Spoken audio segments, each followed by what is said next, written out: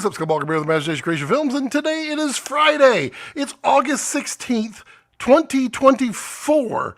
Man, we're almost through this year, and that's kind of wild. I don't normally see that kind of speed, as it were, but you know, it is what it is. But you know what that does mean, though. That's right. It's time for you, me, and the rest of the world to come together and chat and talk about filmmaking and, you know, camera tech and lighting and cinematography and sound and lenses and set decoration. I enjoy that. Films, food, definitely like that. All the fun things in life that, you might want to talk about here. But I hope everyone is doing fantastic this afternoon. I know I am, even though really frustrated, because now this is like the third time this has happened. My OG Komodo, it just flips. Nothing has changed in this entire setup. Running the wireless in, it's always on channel 4. And it just kind of someday flips over to channel 3, and some days it flips to channel 4. And I don't know. Komodo sees it as channel 4, but the ATEM sees it as channel 3 today. Totally weird. I have no idea. So now I've just, I was panicking again, but now that I'm starting to figure this thing out every time, well, not figure out the solution, but figure out the problem, at least I just turn them both up so that, you know, if I ever just, need to, I can. And then, hello, Jonathan. How are you? It is a wonderful day. So let's see what all we can chat about. The movie I worked on, Ick, is premiering at the Toronto International Film Festival. That's in like a month. I think September 16th. I think is what it's. Or maybe it's sooner. It's not long. It'll be premiering there.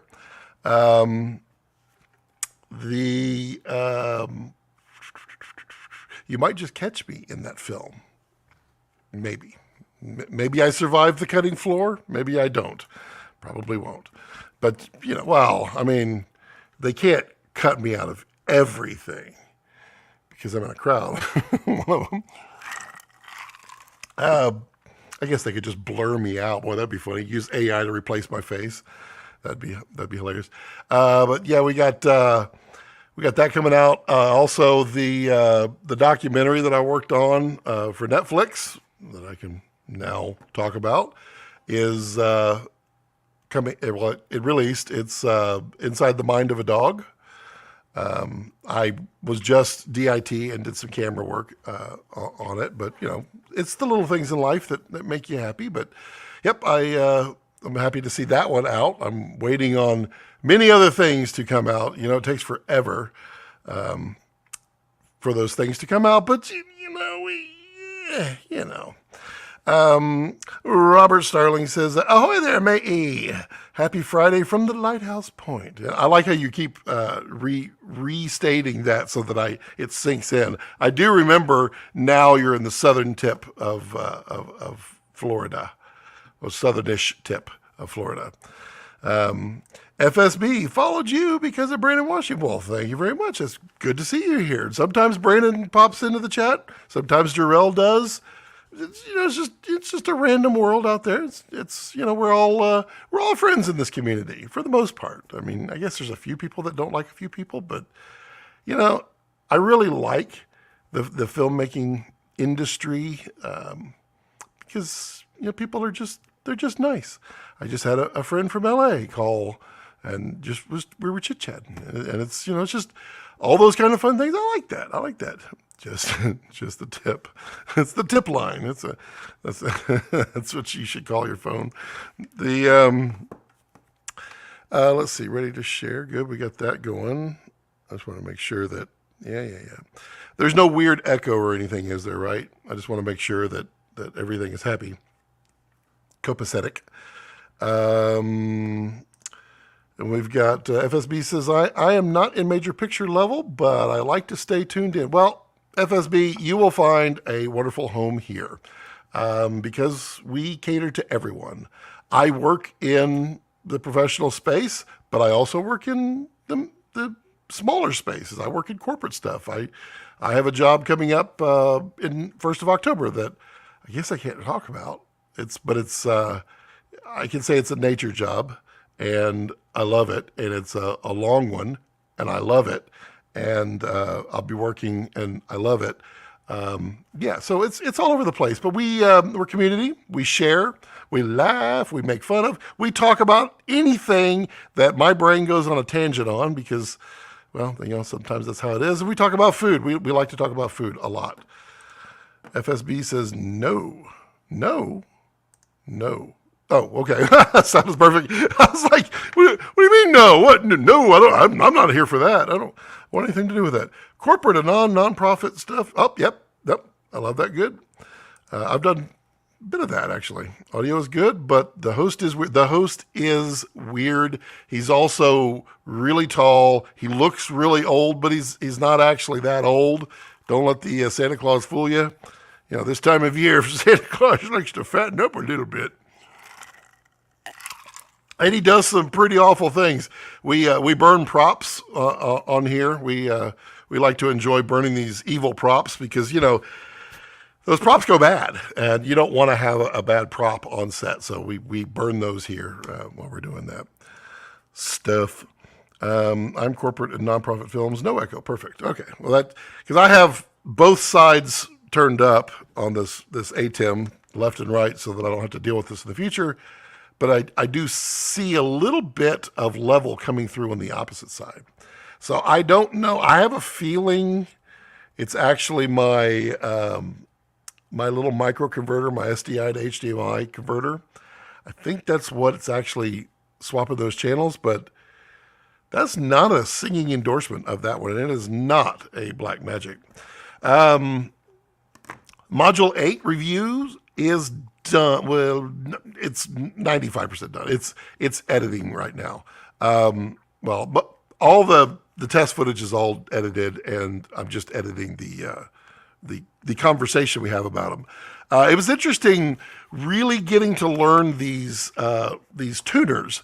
And tuner is probably the most accurate description of what these are, because they don't just do something.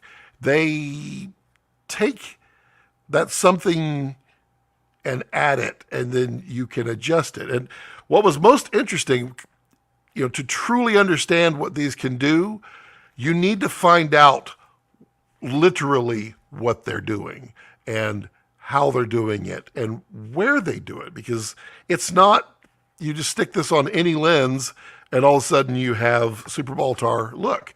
That's not exactly how that works. Different focal lengths react differently to different strengths. Different focus depths act differently to different strengths.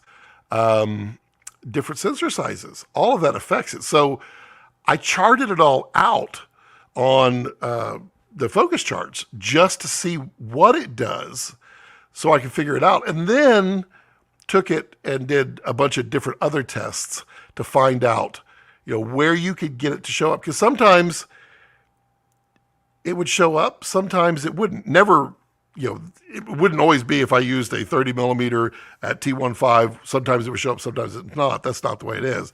But a 30 millimeter at T1.5, it might show up. But at 25 millimeters at T2.8, it might not show up at all, or it shows up so little. But then it also depends on how you're focused. So there was a whole lot going into that, which is why this one took a lot longer than I was expecting for the review. But that review will be out on Tuesday, so we got that. And if you're a channel member, you get to see that early, which will probably be finished uploading probably tomorrow, I'm guessing. But they are very cool, actually. And if y'all remember, I liked number 1 and I liked number 3, but not number 2 when I initially first played with them, not here, but when they were first being built and designed. That's all changed. That's all changed. I actually like all of them for completely different reasons. And now that I know how to get something out of it and where and when, it's awesome because I'm not giving you the review, but I am giving you a little bit of a hint.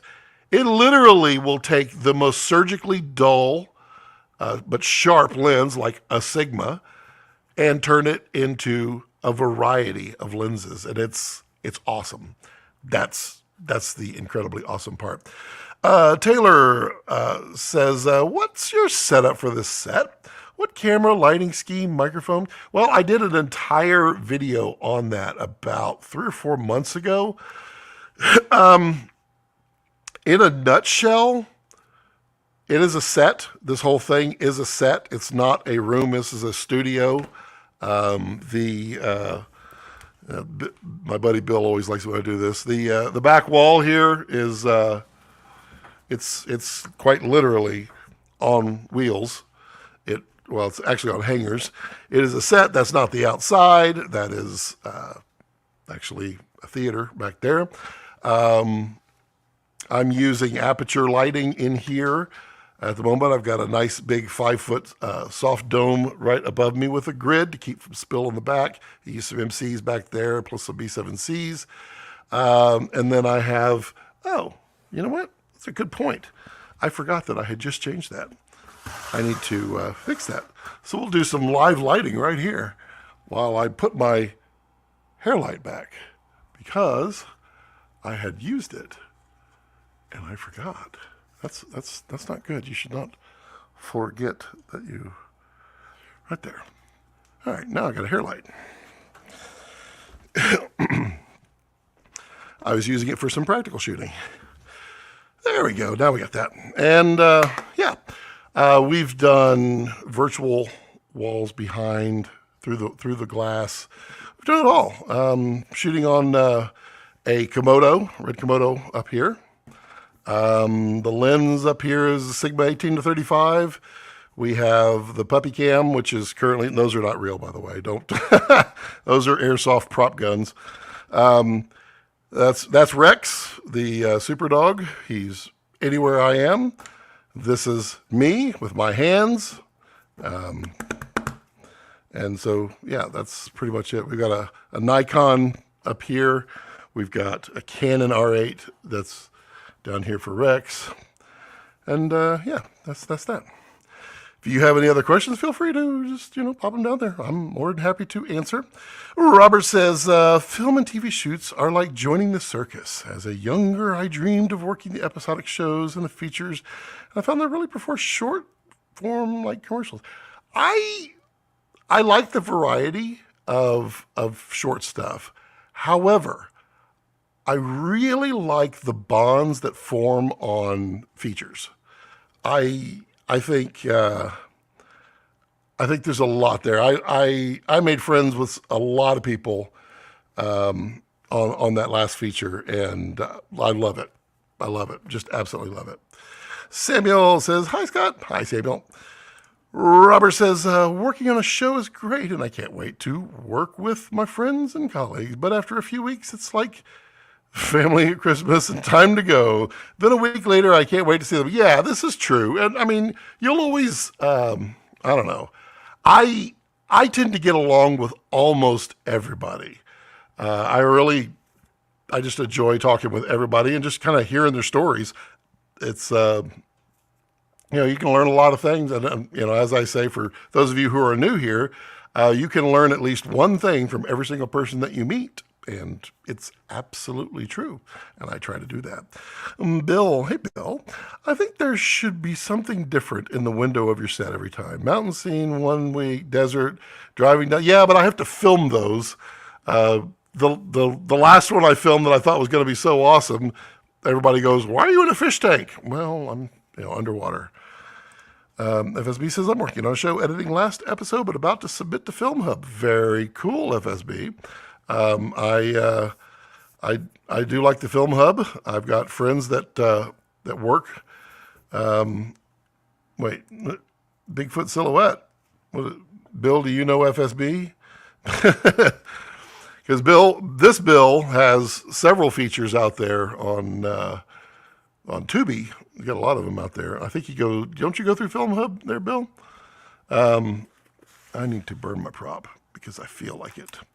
And I am currently writing something, which I'm excited. Well, I keep making a mess, don't I?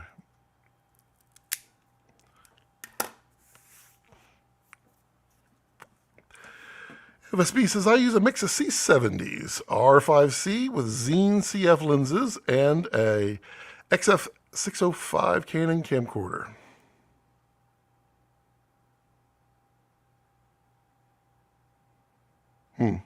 For a moment there, I thought I knew who you were. But that doesn't line up there. There we go. Rode GoPro Lavs. Yep. I'm using the Deity. I really like. I used Sennheiser forever. The G2s originally, and then the G3s.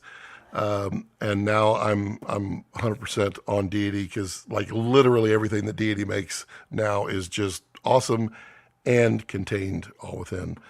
Summer through Film Hub. Got it. Deity has some ood or odd stuff. They did originally have some odd stuff. Now, their stuff is amazing. It is not top tier, but it is close. It's up there in the top, but at a budget point. Clearly, it's not top tier. I mean, there's definitely a large leap there, but it's so wild how good they are. The G3, yep, I literally had 2 sets of them. Selling those, the good stuff. Yeah, they're solid. They work. There's no complaints. What I like most about going to the Deity stuff is all the timecode. So when you're saying timecode, which if you're running multiples, you see 70s, but not necessarily your little camcorder. But timecode and audio, it's awesome.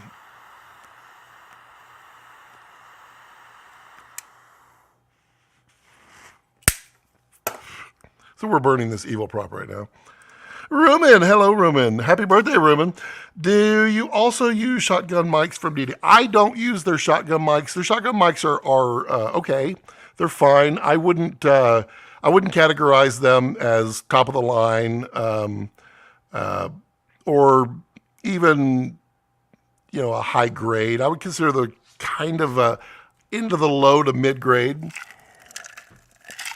They're not horrible at all. Don't get me wrong. And maybe someday I'll review one, but I use 416 from Sennheiser is my go-to shotgun these days. I use a lot of mostly like directional mics. I really like the, what's that Russian?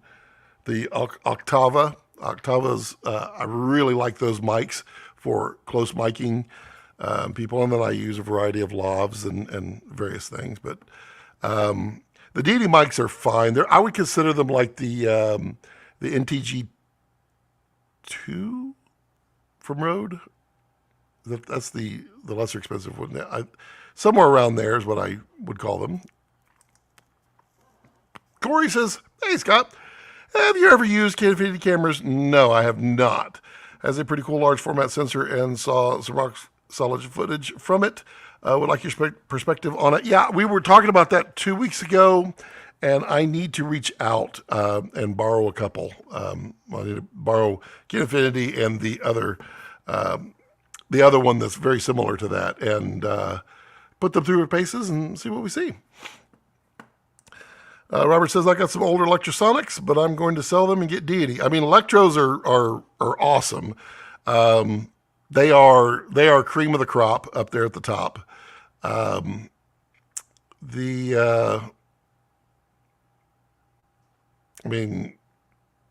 funny thing is you could probably sell those Electros and buy the Deities outright. Easy.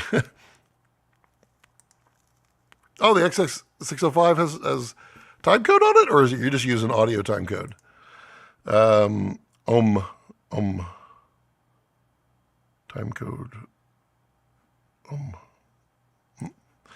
My shotguns are Sennheiser 416s. 416s they're solid. I mean, they're good, but a lot of people buy shotguns and then try to use them everywhere, and they're not for everywhere. Shotguns are for long distance. When you're, I would use them outdoors, wide shots, that kind of stuff. Indoors, I try to avoid a shotgun like the plague, because all you're going to do is pick up all the reflections everywhere. On camcorder, I use Timecode on the road. Oh, okay, yeah, I got you. I'm new to Timecode. Well, I know that. Really? Did I not balance that properly? I failed miserably. Timecode is like this giant misnomer until you first use it, because it always feels like, oh my God, what am I going to do? I don't know anything about Timecode, and the first time you use it, you're like, oh God, what does jam mean? What do I do? And then you look up a couple of things and you realize it's nothing.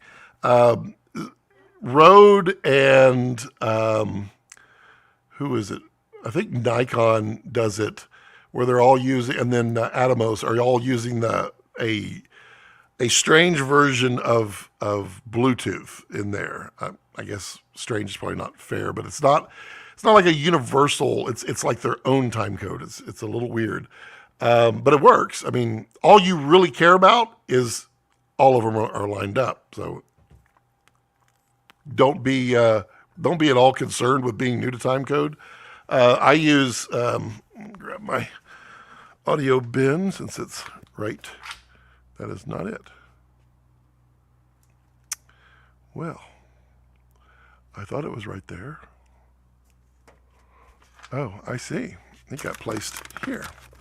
And I know who did that, because it wasn't me. So we have in my audio kit, boop, boop, I use the Zoom. Boop,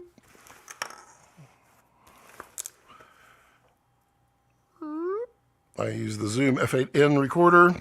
I do actually have a set of Rode Micros for backup. Let me see if I can get this into frame better.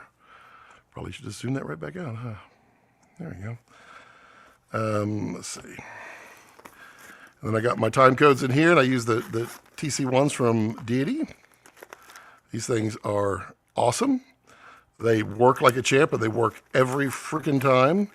I've got 4 of those, and then in here, this is just all my various, those are just cables and such. My microphones are down here. Those are coming out of my F8. All right, close that up here. Go back to here while I go back in here. That's the other thing we do on this this channel, is we just show and tell. We literally talk about things and we show them so that people fully understand. This is the Octava that I talk about, and it is a fairly inexpensive microphone. The MKO12, and this is a cardioid mic.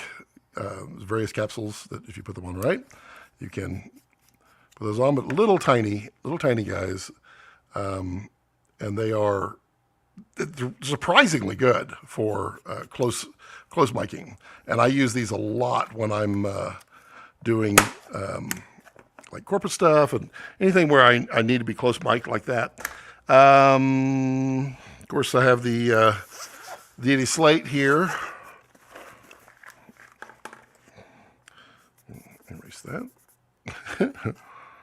Well, there's just erase that. Wow. It says dry erase, not wet erase. Now I've got black on my fingers there. So you got your Deity slate, which is Timecode slate, which is awesome. Works like a champ. 416 is not in here. It's in my other bag. But, if anybody has any questions about timecode, I pulled that out so we could chat about that. Oh, maybe I should move this out of the way as y'all want to look at Rex. There we go. Because Rex is the wonder dog. Rex is their studio dog. He just, anywhere I go, he goes. Let's see here. Any shotgun mic recommendations for sibilant female voices? Sibilant. MKH 600, that can be a bit harsh. Maybe it's as simple as putting the 600 in a blimp. Sibilance is not necessarily going to be picked up by, it's not the wind. It's the frequency. It's the pickup pattern. You can try to get away from their mouth a little bit for that. I don't think a blimp is going to help you at all with that. Honestly, just take it out and post if it's that much of a problem. But you can try just a little bit off axis, try to get away from their mouth a little bit, because it's people have sibilance in their speaking. Sometimes I do too, and it's annoying for me.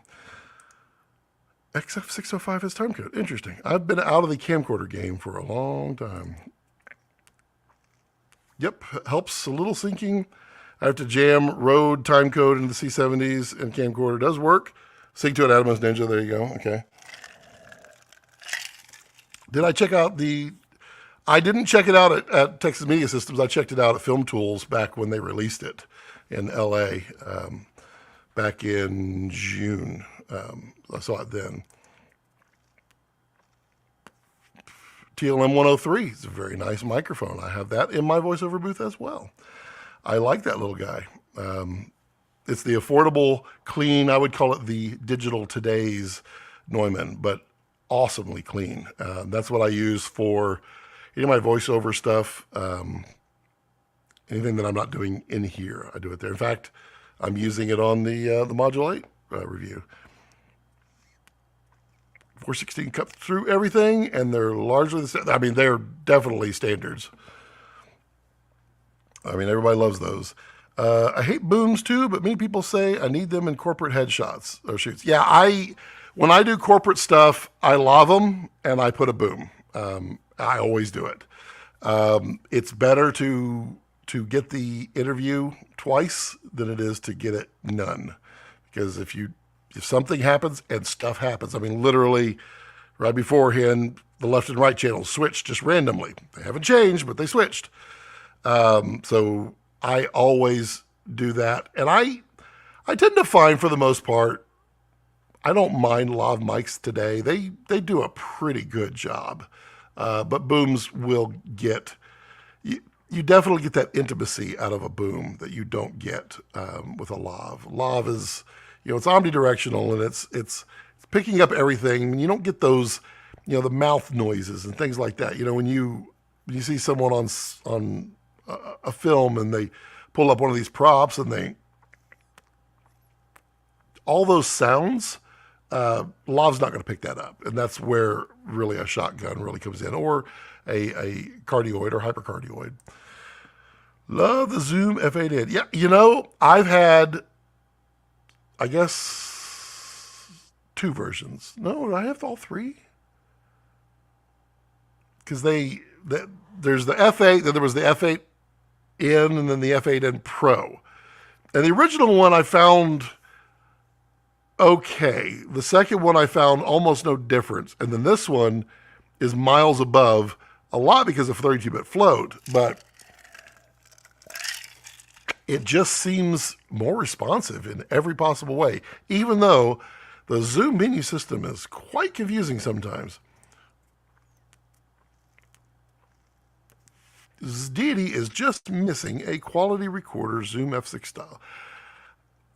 I would not put it past them to be in design of that right now. My wife is Ukrainian, and I'm not allowed to purchase anything Russian. Fair enough. That I can certainly understand that. Um, although the truth is, maybe not. Maybe I don't know. What I've heard is the Ukrainian people and the Russian people don't mind each other near as much as the Ukrainian government and the Russian government mind each other. Is what I understood. But I could definitely be wrong because I've never been there in my life. Okay, 600 upgraded for the Rode NTG2. Yeah.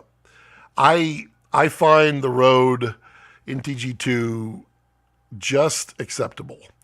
I had a Sanken CSR2, which I really liked. It was really good shotgun. And I find the Rode is acceptable, but not horrible. For corporate stuff, probably people aren't going to complain. Hello, Mr. Simon Eisenbach. How are you there, buddy? Dave Will. Hey, Dave. Santa, Christmas is in 4 months, and you haven't come swimming once. Not once. I feel sad, and the floating unicorn is popped. Rumen says, from sound tests I've heard online, MKE seems the best buy. It's a good, reasonable mic. I don't have a lot of experience with that one. Just trying to think of times that it's been out there. Yeah, I mean, if it sounds good, it sounds good. And Sennheiser doesn't make junk, other than I don't like their wireless. I don't like wireless microphones that have internal batteries. I just don't. I bought the Rode Micros. I have the DJI Mic 2s. I think the DJI Mic 2s are brilliant and awesome. I don't like the internal batteries. I think that's just poor choice. I would happily buy AA's all day long or purchase about 700 rechargeables because that's what I use. Hey, Luca. Rex says hi. Well, he kind of says hi over there. FSB says, I love the deity booms, but they needed power. Yes, most of those are going to require phantom power. The good shotgun is worth it. Long time ago when I was starting, I got a bunch of shotgun for like a Boya shotgun for 80 bucks. It has decent sound. It still works without a problem, but I do want to upgrade something better.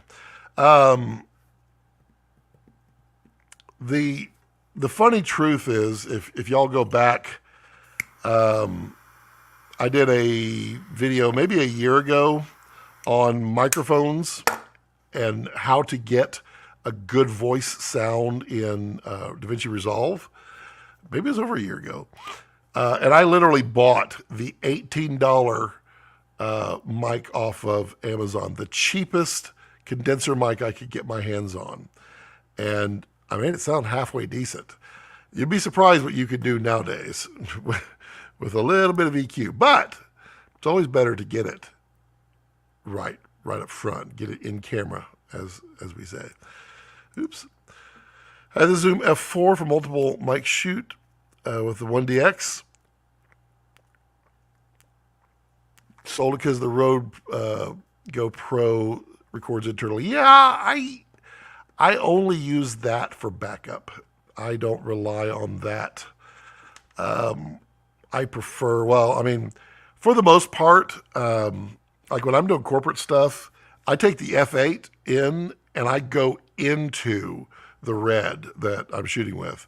And for the most part, people are happy to use the internal audio of like the Red Komodo X with that F8 in being fed in there. And even the older Reds with their less than stellar preamps, if you feed it a hot signal, they're clean. They're wonderful. So I can get away with just using internal audio, but feeding it from the F8M. F4s, I had the H2N. I did not like that. I had the H6. I still have the H6 over there somewhere. It was okay. I always felt like it was clunky. It's not, but it always felt clunky. I mean, don't get me wrong, the F8N can definitely feel clunky when you get in those menu systems sometimes. I mean, there's definitely something to be said for some mixed pre's or something high end like that. Most Ukrainians don't like Russians, and it goes both ways. Okay, fair enough. Like I said, Ukrainians are often portrayed as people from the village in Russia. I get it. I get it. No, I understand that now. That makes sense. King says, "Do you feel side graded from Dragon X to Komodos instead of Monstro?" No. Well, I mean, from Dragon X to Dragon X to Komodo X to me was a great purchase, a sale and a purchase, because everything that I loved about Dragon, I got 98%. And then I also got everything that I loved about DSMC3. So I don't feel bad about it at all. And quite honestly, only once in a blue moon do I miss having a DSMC2 around. There's just a couple of things that they could do that these don't, but I do that so rarely. Doesn't even bother me. Have I compared it to the 8060? I have not. But again, that's not a bad mic either. I mean, it's very well regarded.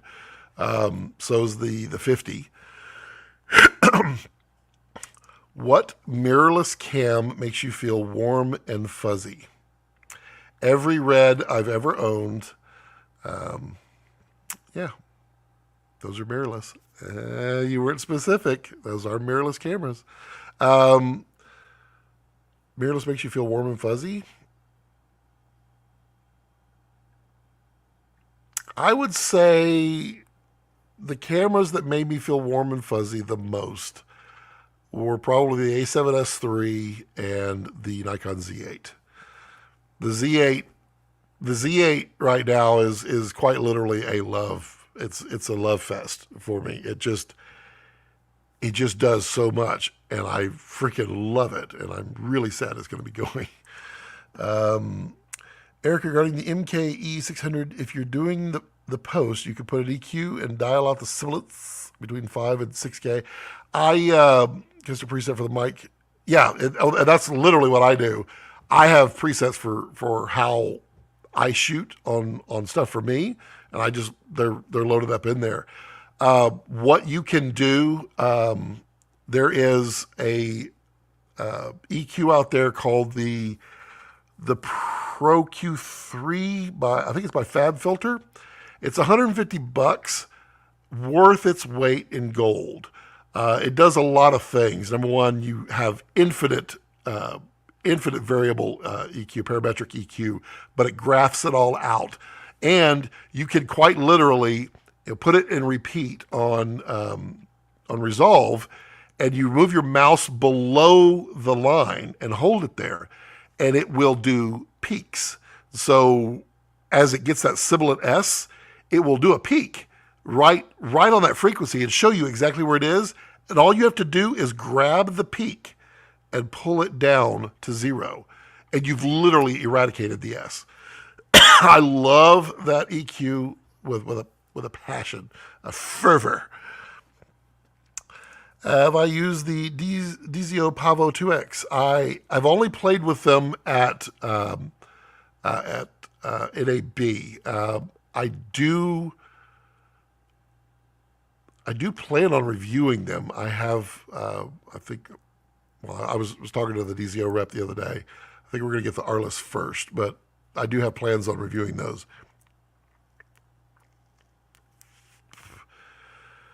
I was in live streaming and got in over my head. Hits the Zoom F4 and more. I am a one-man band, then hired an audio folks for bigger production. I mean, you can't do everything. If you do everything, you become generically average at everything. And it'd be better if you were really good at some things. And I hear you. And I definitely like being part of a team. Wars are largely fought by young men who don't know each other on behalf of older men who don't know who do know each other. Oh, yeah, fair enough. I've been thinking of a wireless interview setup with the MKE600 and the new Deity XLR recorder, the one that works with the Theo system for my wedding interview. Yeah, you're talking about the PR2. Yeah, there's a review on that coming out a few weeks. I have one here and been playing with it. That one is by far every wedding filmmaker's love. They put it on them and they go away. It's awesome.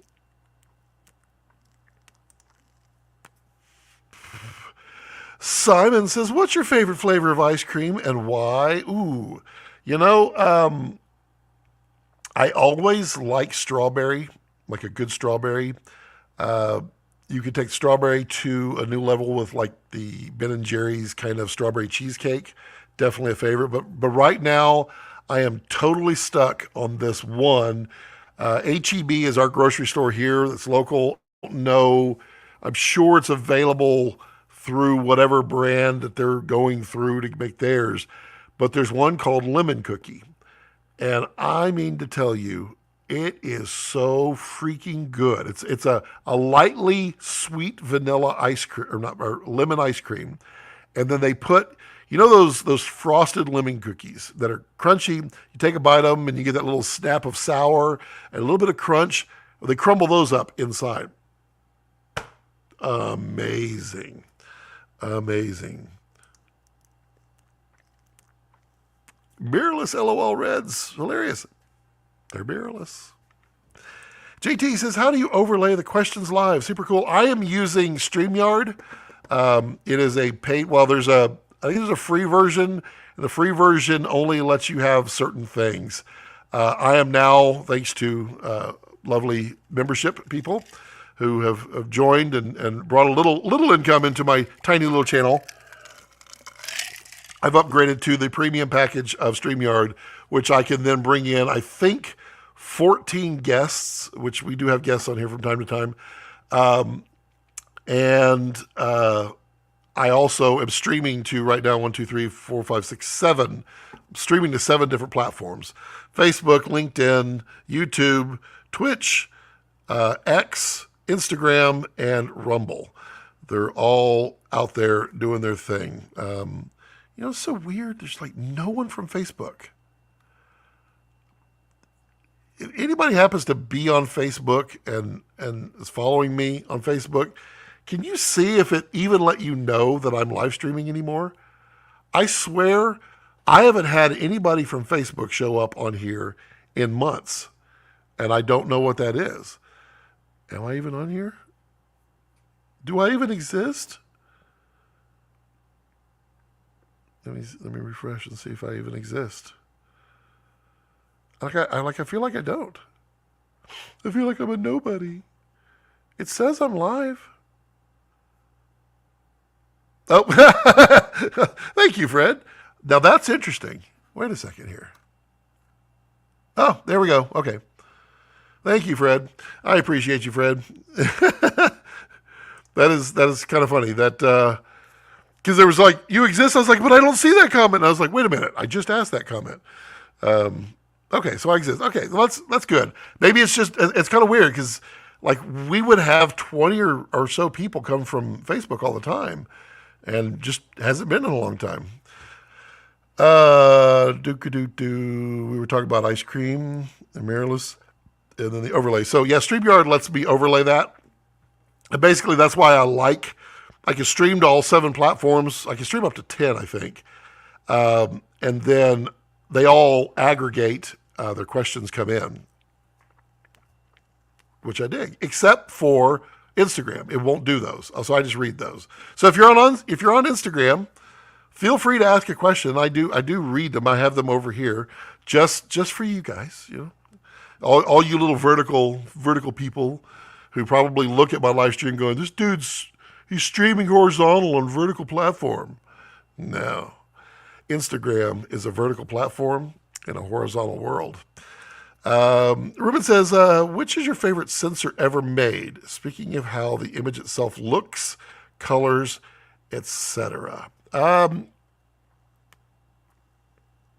Forever, it was the Dragon sensor. Dragon had just an amazing skin, and what it did for humans was just amazing, and also what it does for nature. Monstro was pretty close. I mean, Monstro was way more capable than Dragon, but I liked it. The Sony FX3, FX6, A7S3, that sensor, I really like that sensor a lot. I think you get a lot of bang for the buck. But I don't like that one more than Dragon. Right now, the best sensor, period, that toodles my horn, looks the best is the Raptor X. The Raptor is flat out gorgeous. Raptor X is on another level. It's just wild. The Raptor, there. I mean, people can call me Red fanboy all you want. I love Red, but I also will hate on Red if they do dumb things. I've been very vocal about that over the years. But I tell you, there's nothing, and I mean nothing, on the market that comes anywhere close to what the Raptor X can do. 8K, VistaVision, global shutter, like 20 stops of dynamic range when you put on the extended highlights. And it can shoot 8K at 120 frames a second. It's a thing. Oh, hello, socially good TV.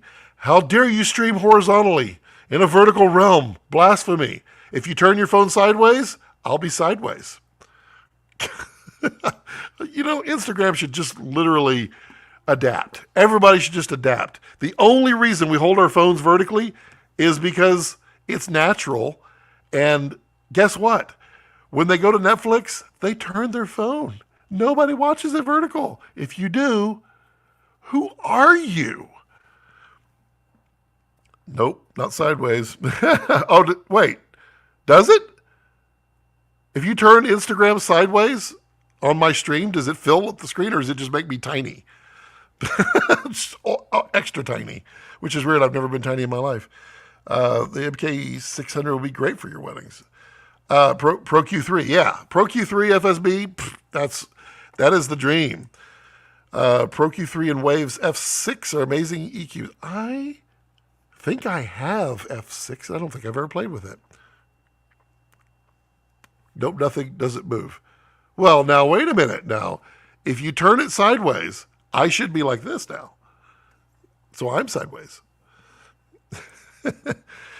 Check out Accentize, De-Revive, and De-Room audio plugin. It's magical. Have FSB, do you use Resolve or are using Premiere or Final Cut? Has anybody else noticed with Resolve 19 that the voice isolation is way better than it was when they first introduced it? I think it like I used to have to run, like in here, I have an air conditioner running, and almost always, like clockwork, when I start filming in here, I have the ice machine running, and it'll kick on with a fan. And I used to have to crank the voice isolation to like 70, somewhere around there to make it drop out. Now, I run like 21. I mean, it's just a hint of it. It's awesome. They've done so good with that. Generically average, yes. Yep. I also film for PBS local. Well, that's cool. I like PBS. Black walnut and butter pecan is my favorite. Black walnut. Are you talking about, are they two different ones or are they combined together? So here's my thing with butter pecan. Butter pecan tastes incredible. And probably I just like butter. I mean, who doesn't? Except for vegans. The butter pecan, I love the flavor, but what I end up with is I'm sitting there chewing a mouthful of pecans. It's just what it ends up. You get all that delicious ice cream out of the way, and you're just sitting there, and you're just chewing a bunch of nuts. And that I don't like. Not the PR2 that I'm getting. The XLR. Oh. Okay. You're talking about the plug-in one. Yeah, I got you.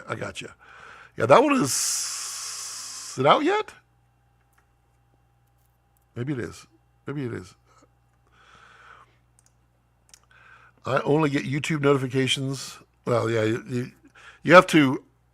I don't know. I think you have to follow me on Facebook. I don't know. I don't understand Facebook.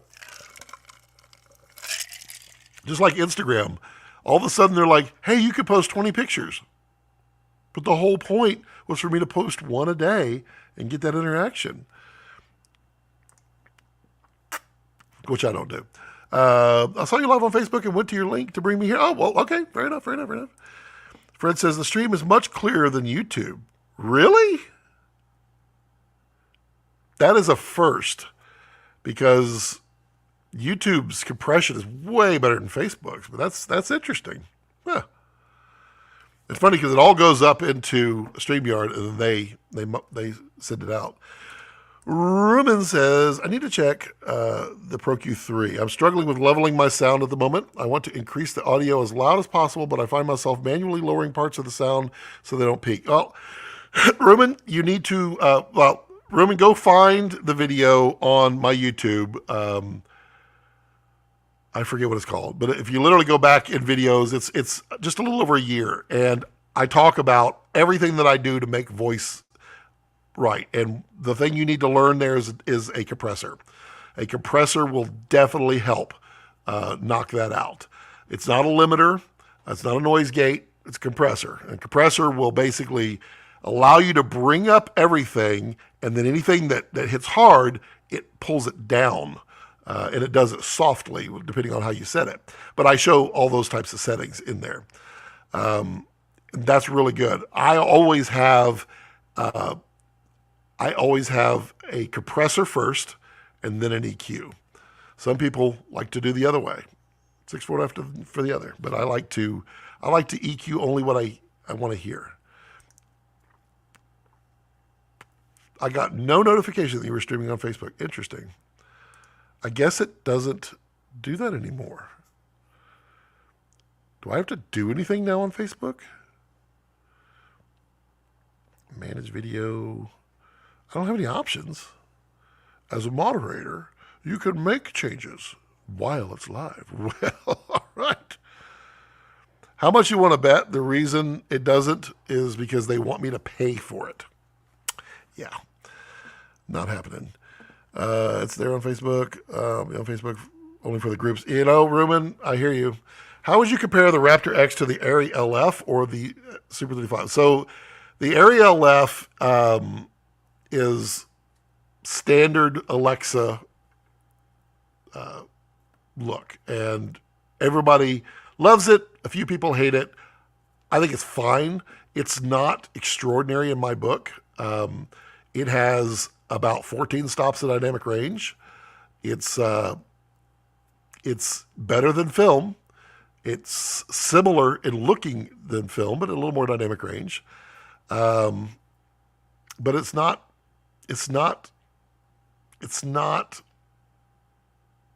exceedingly good at some things. The Alexa 35 is a better, in many ways, than the LF, other than the fact that it's Super 35, and yeah, we're comparing different things here. The dynamic range on the Alexa 35 is way better. However, you do introduce a little artifacting down in the shadows on the Alexa 35, but it's a great looking camera. I mean, the feature that we shot, IC, was shot on Alexa 35s. I think we were one of the first, maybe. It was very hard to get them. one of the first features shooting on it. And it looks great. I mean, it really looks great. Resolve. Oh, yes, much better. There we go. I'm watching this on YouTube, but on my phone. So you are horizontal at the top of the screen so I can comment. Oh, that's fair enough. Let's see here. Where would you place or categorize the C70s from Instagram? Where would I play? So the C70 has a very nice image. It has really good dynamic range. Uh, I would. I mean, you're comparing different classes of cameras there, but I would put a C70 image in there with Alexa images. You actually get a little more dynamic range on the C70. The camera itself, I really don't like. It is a chunker of a weird block of a camera to hold. I don't like that, but it does make a nice image. And then, let's see, I'll come back to your next question here in just a second. Voice isolation seems to work so much better on track level versus clip level. But I do hope they bring more features to this technology. It's been a laser. Yeah, they're doing such good stuff on on Resolve. And I did finally solve my Resolve. That's a lot of alves issue that I was having. I was having this weird issue where my mute buttons, so like, you know, when I'm doing voiceover and things like that, I need to go mute certain tracks. They weren't responding right at all. Like I'd hit mute, nothing would happen. And then I'd look over there and I'd see mute go on and off, and then stop. And then I could never get my channel back. And what I found was I had played with a MIDI controller for controlling some things in there. It was conflicting with it. So I went into the audio settings and I went down to MIDI control surfaces and disabled that. When I did it, solved my Resolve problem. At the moment, I'm using voice isolation between 10 and 30. Yeah, it's amazing, Rumen.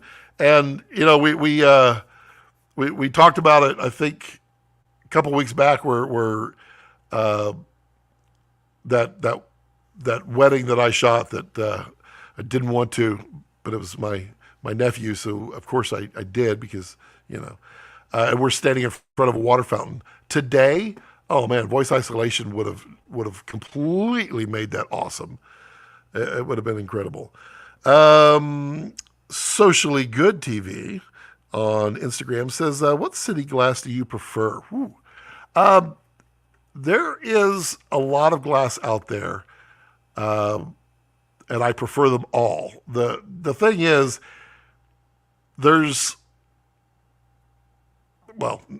Mark Toya, the late great Mark Toya, there's no such thing as a bad lens, and it's true. The right tool for the job always applies. Now, I am a buyer of gear when it's something that I will use a lot of. And so there's the ice machine, if y'all hear it. When it comes to cinema glass that I prefer, I'm going to answer that based on what I own and or I'm about to own. Sigma, surgically sharp, absolutely boring as hell, but surgically sharp.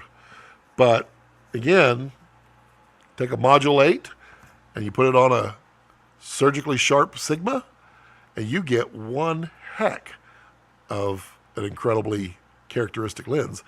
Irix, I really like Irix. I just wish they would come to market faster with their line. I own a set of Irix. Dizio Vespids are really good out there. They have a full line of them. I don't own those.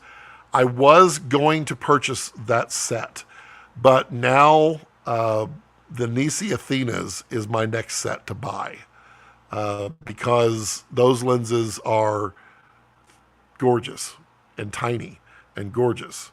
I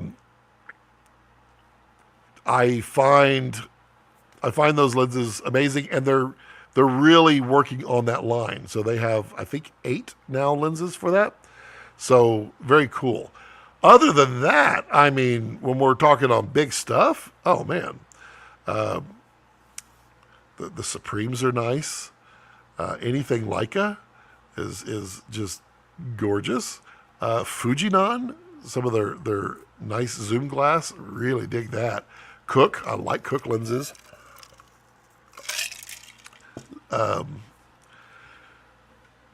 We got signatures, you got Supremes. I mean, they're all lovely.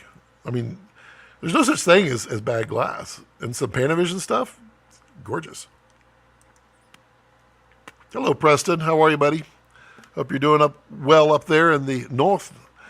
I was using Studio One for separate audio editing and decided to go deep into Fairlight Resolve. I mean, it's strong. Resolve is strong in every possible way. 32-bit float recording on the GoPro internally is great. I have the Rode Pro handles. Came out with the handle mic record internally also. I film ENG style also. Yeah, the thing about 32-bit float, I always tell people learn how to properly do audio. And you don't need 32-bit float, but accidents can happen. The funny thing is, pretty much once you hit 32-bit float territory, your microphone is going to be the cause of your problem before your recording is. Preston's in Detroit right now. Yeah, good to see you. What are you doing up there or down there? Sorry, you're down there. Oh, hey, David. I saw it on Facebook. Did it let you know, David, or did it just you just happen to be scrolling? Hello, Mr. Eagle. How are you, sir? Yeah, we did that. I need to get you on there, Rob. I need to bring you in. Have your Channel 3.4 audio on Komodo X ever been wonky? Some people claim it doesn't work at all with the DSMC3A box. The only time I've ever had problems with the audio was a bad cable that I had was, I bought one of the cheap cables from Amazon when it first came out. Since then, I've had no problems with Mutiny cables. I've had no problems with mid-49 cables. Awesome cables. Socially Good says, I have a Sigma photo lenses art. I was told they produce the same images as cinema site. Yes, so that is actually true. When Sigma built their photo lenses, they were the first company really that I'm aware of. If Phil Holland is out there, he will set me straight because there probably is a couple of others out there. But they were the first company that really, maybe the first company that color matched all of their stills lenses, because in the stills world, color matching doesn't really matter. You're not typically swapping lenses like crazy, and it has to be 1 to 2 to 3 to 4 to 5. It has to be all color accurate that way. Sigma uses the same glass in their cinema as they do in their art. So yes, they're very good. I use the Sigma stills glass, the zooms, the 1835, the 50 to 100. They're fantastic. I did find out that there is a little bit of a difference in some of them, but color matching, it's all awesome.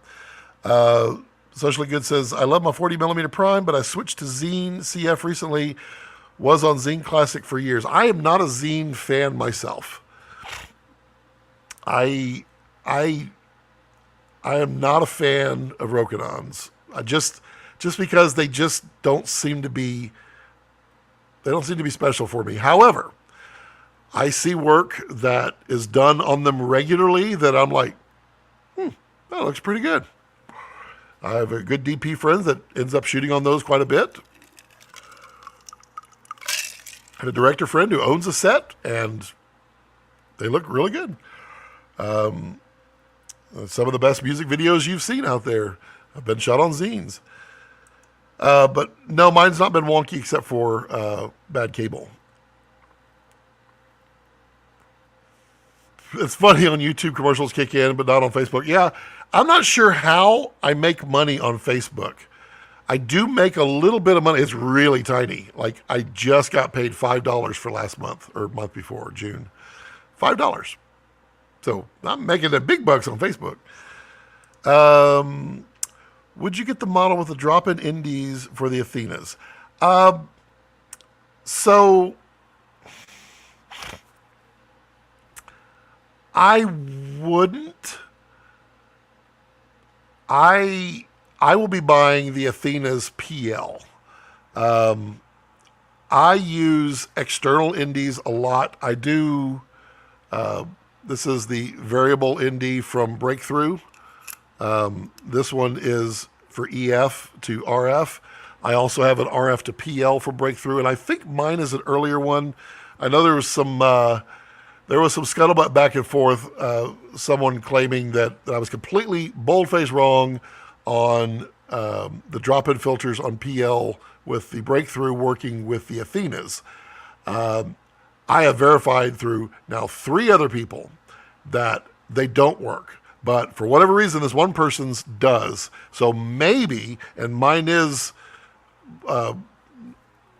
really pre-production. Well, I mean, it's probably the latest of the pre-production that was out there before production.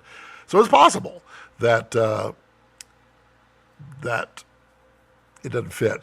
But my thought there is I don't want to buy specialty things for one thing. In other words, my drop-in PL from Breakthrough, which is awesome if you're anybody in the market for them. Also, if you have like the little Canon adapters, they sell their drop-ins as well, and they're way better than Canons, way better. I can use that on any EF glass. I can use the PLs on almost any PL glass, and I have a set of drop-ins that now work for all of that. With the Nisis, you're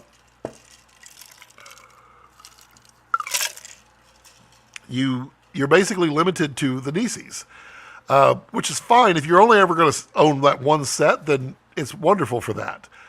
Oh, I didn't turn on my vent fan, did I? No wonder it's so smoky in here. I mean, atmosphere. You know, it's a funny conversation. My son-in-law, who's not, he doesn't watch a ton of movies, so I've been like taking him through movies. It's been my joy in life is taking him on the adventure of movies.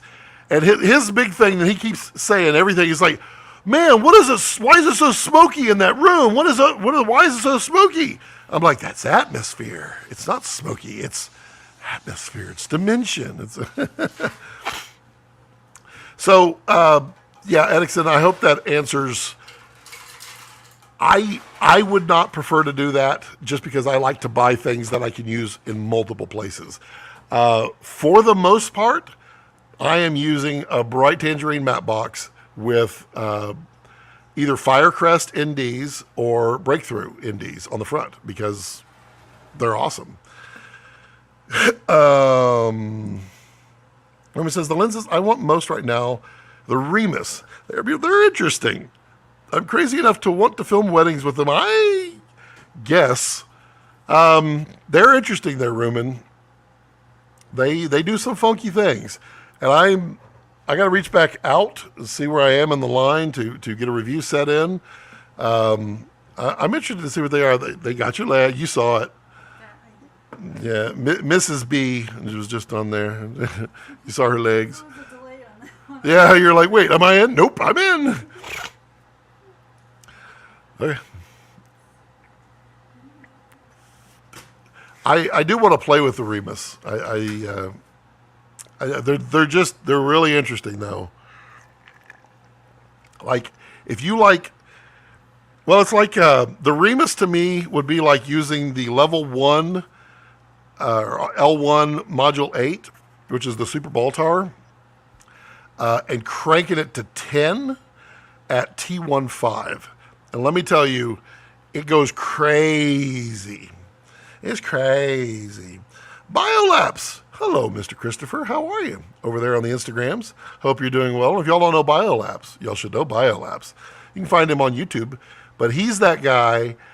His I don't know how much I'm allowed to even say. Well, I think he said a few things of his bunker. He's got this like this bunker, and he shoots long-term time lapse of plants, really up close. Like he gets in there microscopic, and he's got full motion control rigs, and he's got a studio. It's I don't know. I think yours might be the same size as mine. How big is yours, Christopher? 20 by 30? Yours is taller than mine. I know that. But it's 20 by 32 is what mine is. And he's got all these stations. And now he's using Unreal Engine in the background using Kessler Motion Control because Kessler supports Unreal. And so he's got all the virtual sets. But I mean, you go in there and you see, like he's got, it looks like when you go into a museum and you see like a diorama, you got the tree, and you know, this is where the alligator lives. That's what it looks like. Except he's got like 12 of them all over the place. I think maybe that's the most I'm going to say. 20 by 30. Yep, we're the same. But you have taller ceilings though, don't you? Don't you have like 14-foot ceilings? Mine only 10. That was a dumb decision I made. But y'all should go check out Biolabs because he basically is a inventor as well. He just can't stop tinkering as his little hands are going all the time, and he's building anything and everything for motion control. And now he's got this little device that he's built. I can't remember the name of it. You can drop it in there that he made. So you know how you can do image stacking on like bugs and get microscopically up there. You can go in and out. Well, he's got one that will move the bug for you so that you can take like an entire 360 of it image stacked while it's doing it. It's an incredible device. That is really slick. But yeah, he's a tinkerer. And he knows how to weld, and I don't know how to weld. But I'm on the Fuji X-T3 for now, and I need to switch camera. Don't know which one. The MP6X Macro Positioner is the device that he's created. It was really slick. I looked at it, I was like, oh, I see what you did. That's kind of cool. Plus he has, he gets hired for insert name here nature shows. And they need something to show something over time. That's probably about as vague as I can be without describing anything that I've seen. And those shots get in there in these big nature shoots. And so he's you never see his face, you just see his work. But his work, I mean, you look at it, you're like, whoa, that was cool. How'd you do that? Sorry, that's all the flowers you. I just nailed my Nikon. That's all the flowers you get there, Christopher. Maybe filming something dead soon.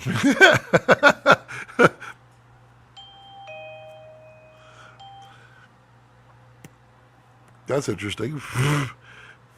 Yes, I control for the most part.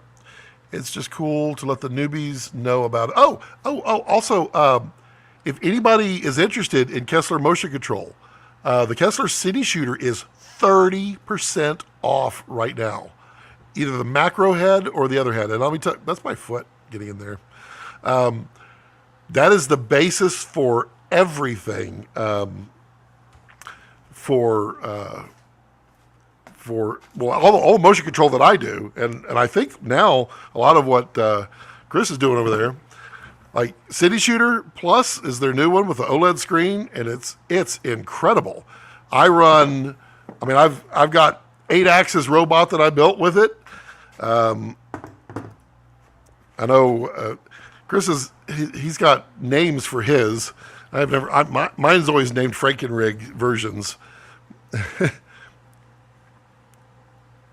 Stephen F says, hello again. Hello.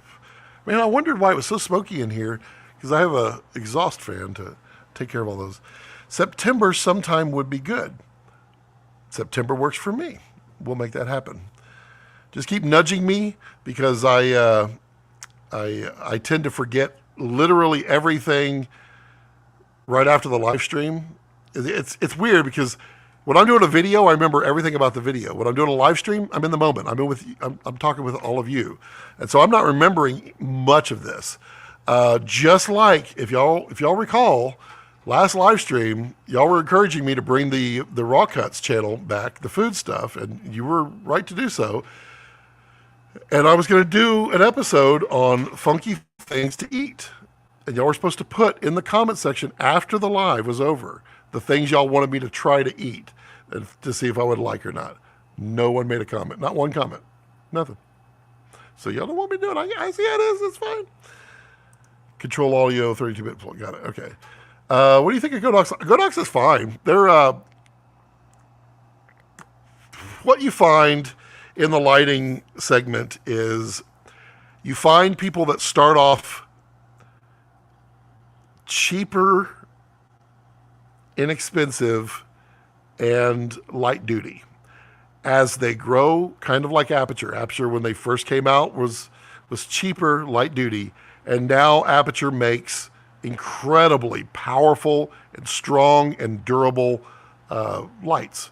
Nanlite, Nanlux, same thing. They started out rather cheap, rather inexpensive, not very durable, and now they make some of the most powered. Good grief! Did y'all see the 5000B they have?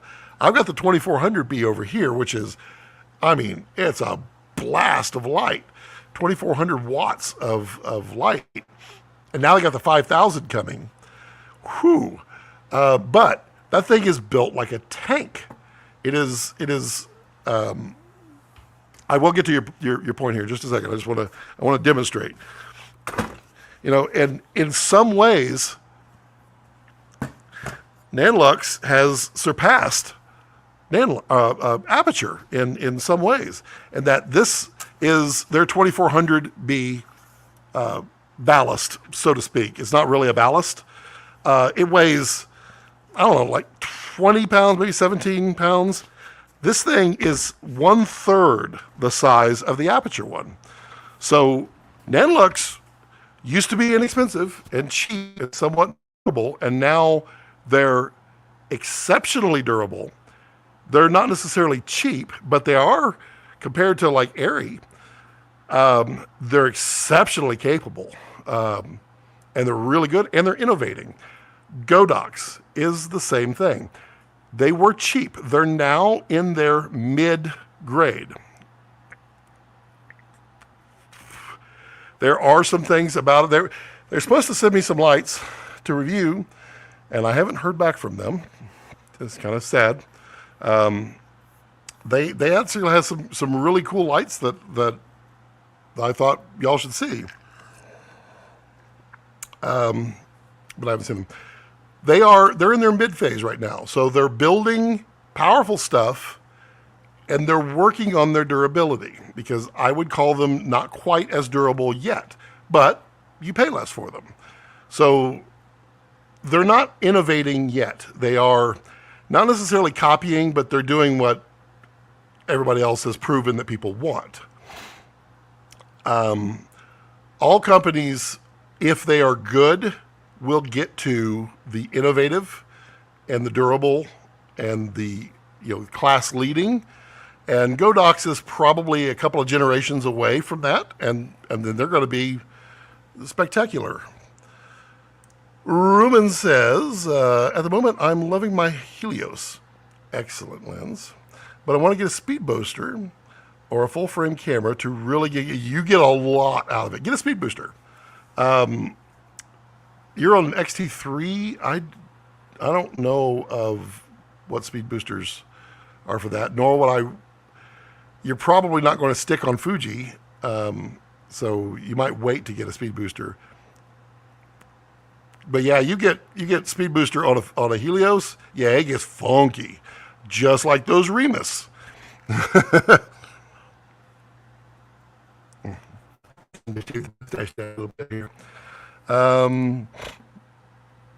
What sensor render better skin tones, Dragon X or Monstro? I would have to say on both of those, to me, the answer is Dragon. I think Dragon had the best texture. It was very, I almost hate the word organic nowadays, because literally everybody uses it. But it was the most accurate way to describe Dragon's texture. The noise, the inherent noise that's in it, is very, very organic, very film-like, almost a natural grain feel to it. Monstro is cleaner, but not quite the same level of texture. Both skin tones look great on Monstro. I just think Dragon was a little better. ZK Meister lines, yeah, and I don't know the difference. Honestly, I mean, if Zine wanted to send me a set to try, I would happily review them. I would much rather prefer to review the Meisters because all the other zines are the same zine glass. And the Zine 24, the Rokinon 24, is like, to me, not great. But, you know, after saying that, they're never going to send me anything.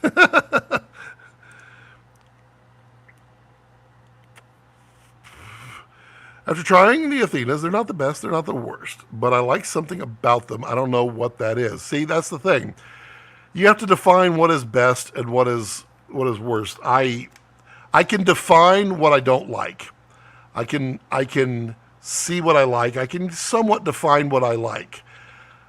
Character comes into play, and to me, the Tachina Vistas are some of the best. I've left those out. I apologize, Socially Good TV. Tachina Vista Primes are the lenses I would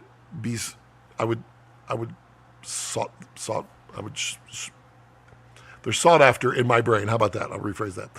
I love those lenses. The Vista ones to me were super incredible. Now they got some new stuff coming out, which is cool. They are, to me, the best compromise between sharpness and character without taking one away from the other. And so that's a perch that I place those on. And it's funny how all these import lenses come in and are really good. The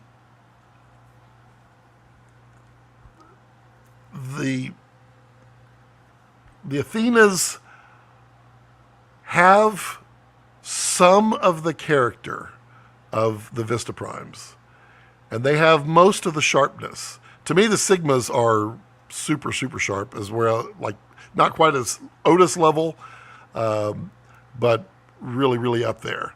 The Tachinas are just a step back, just a tiny step back with sharpness, but they have a lot more character.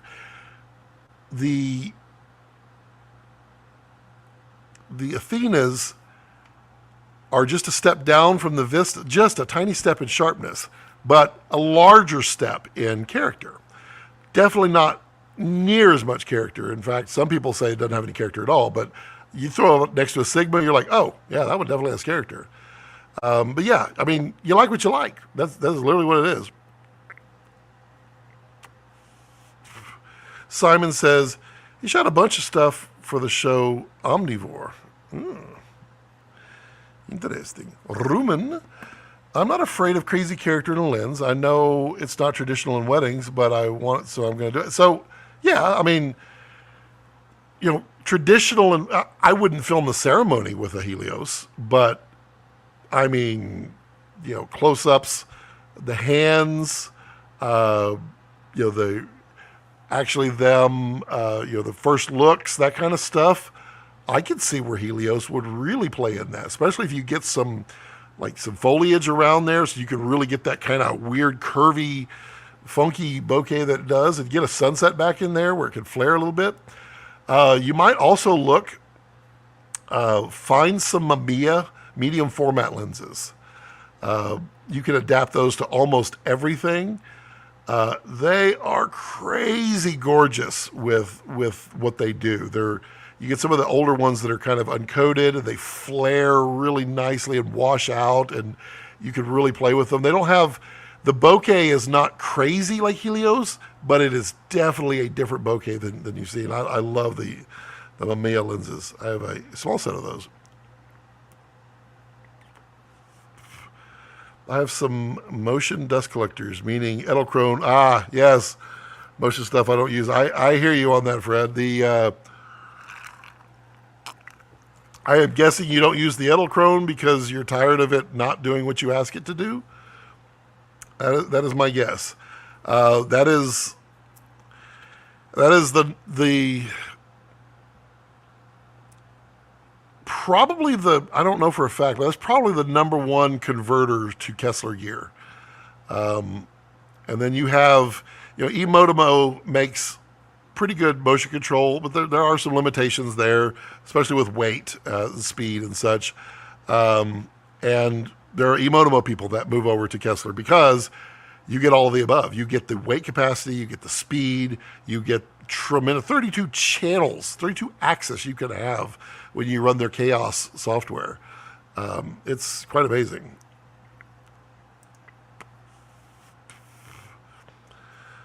As Chris says, Biolab says, Edelkrone has an amazing marketing campaign. They do.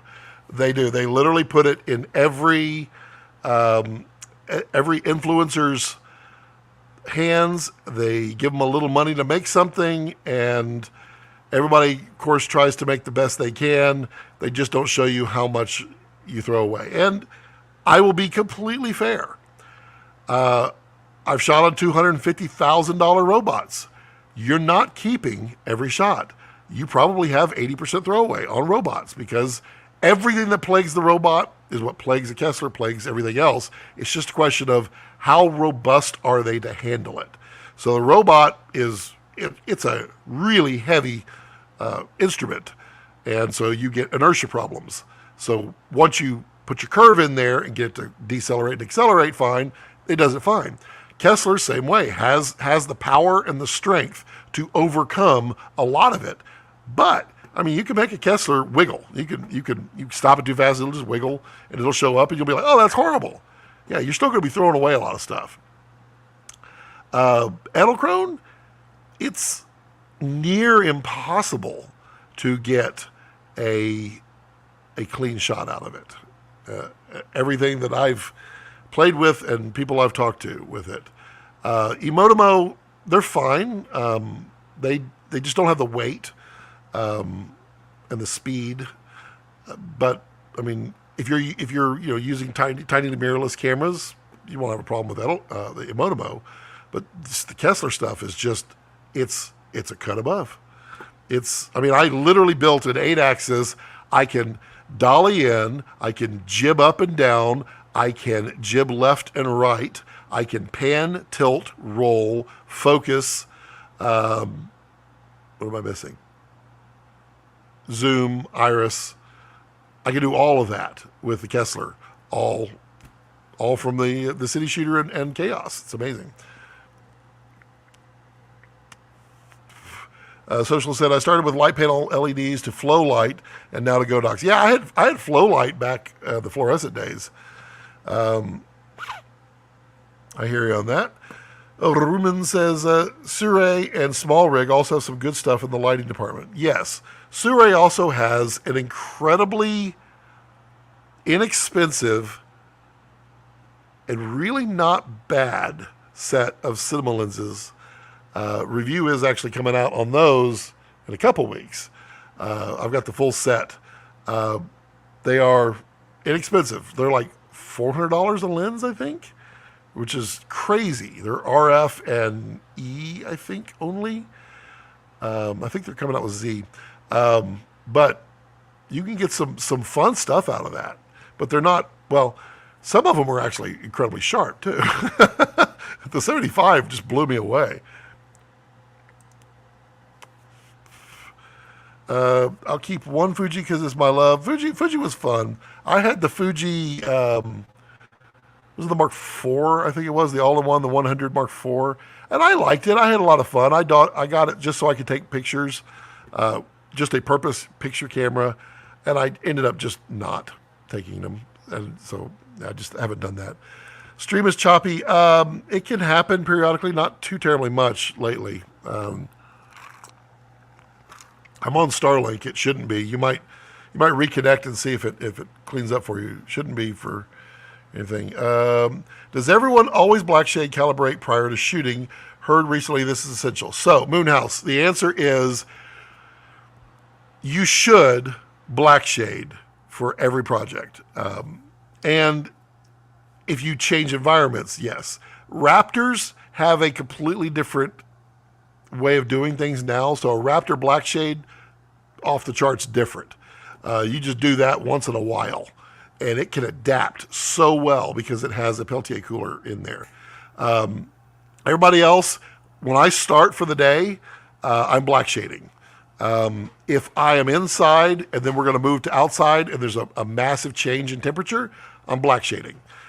You change your environment, you black shade. It's just the cleanest way to do it. So you should get in that process. Best lenses I've tried are Supreme Primes. Those are very nice. Very, very nice. I want to try Tokina Vistas. King, try them. I think you'll be blown away with the Tokina Vistas. I really think.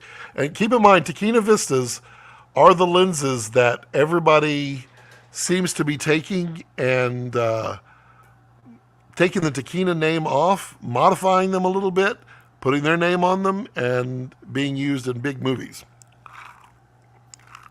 They're still Tokinas. And Tokina, the other funny thing about Tokina forever, before they had their cinema line, they made glass for so many brands of lenses. It's kind of funny. Helios, 90% of the shots I use, really, but I do film ceremony on two more cameras, and Helios is pretty. Yeah. It's a character lens it's a crazy character lens, but the thing with the Helios to me is its craziness is like a vignette. It does the same thing to the eye. It's so crazy here, our eyes go right into the center and pay attention to what's in frame, which I adore that, which is why I also slap vignettes on stuff. For instance, I have many components. All I needed was a slider. I bought painting and tilting, remote follow focus and stuff. Interesting. I thought Elechrome were some of the best sliders out there. I rented one for a job and was very disappointed. Yes. And Fred says I had gas. Well, I know what gas is. And when I bought the stuff, yep. Dave Donaldson, hello, Dave. I still have a Kessler Pocket Dolly V2, which has held up for years. I love it. Hey, Dave, do you want I found my Pocket Dolly case that I sold the Pocket Dolly years and years ago. I have the case if you want the case. Fred, most of us have gas.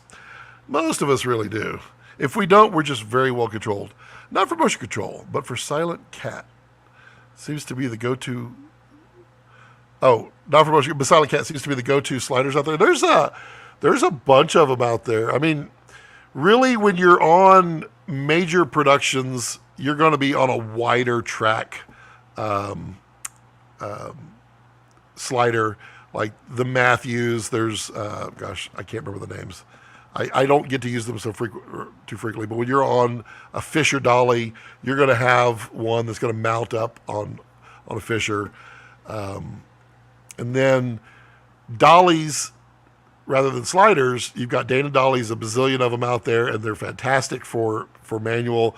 A lot of people do like them for motion control. I don't like the wiggle factor with the wheels are a little spongy to me for putting too much weight on there and letting it sit for too long. The Kessler Shuttle Dolly with their new gray version 2 wheels, whatever they are, they're kind of amazing. Excellent. And you can put 150 pounds on there. You can ride it like a roller coaster.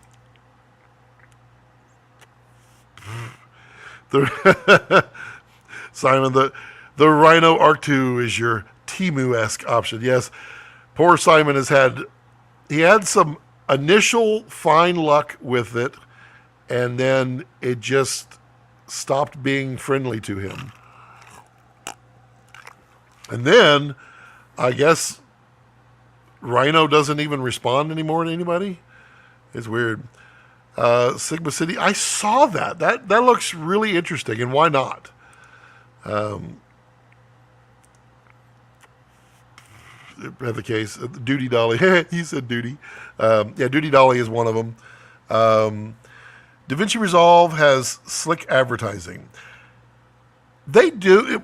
Resolve is like it's an enigma in the industry because they give it away. I mean, sure, you get a couple features for the studio version, and I definitely own the studio version. We talked about that a couple weeks ago, but they're giving it away, and it's extremely powerful.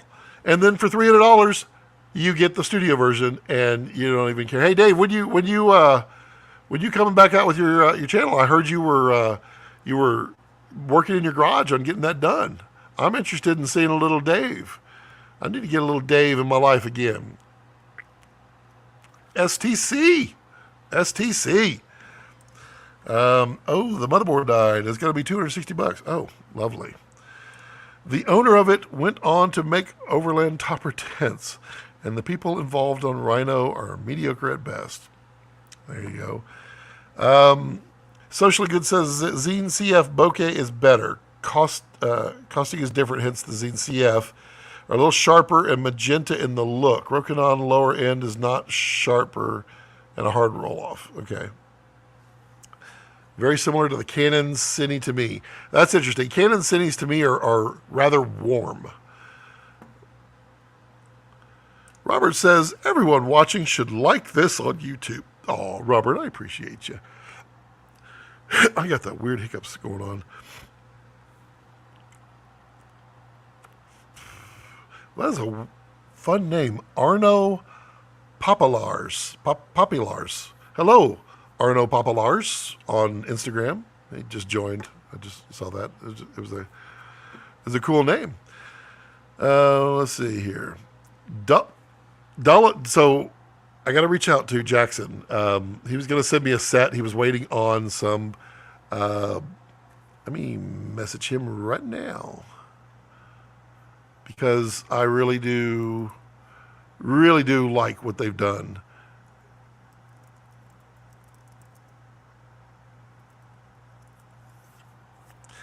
The Dullins, I wanted to get a set in here because those look really fun and cool. Dave says, I know, I need to get on it. It's basically ready. Just a couple more adjustments because it's also supposed to be a man cave.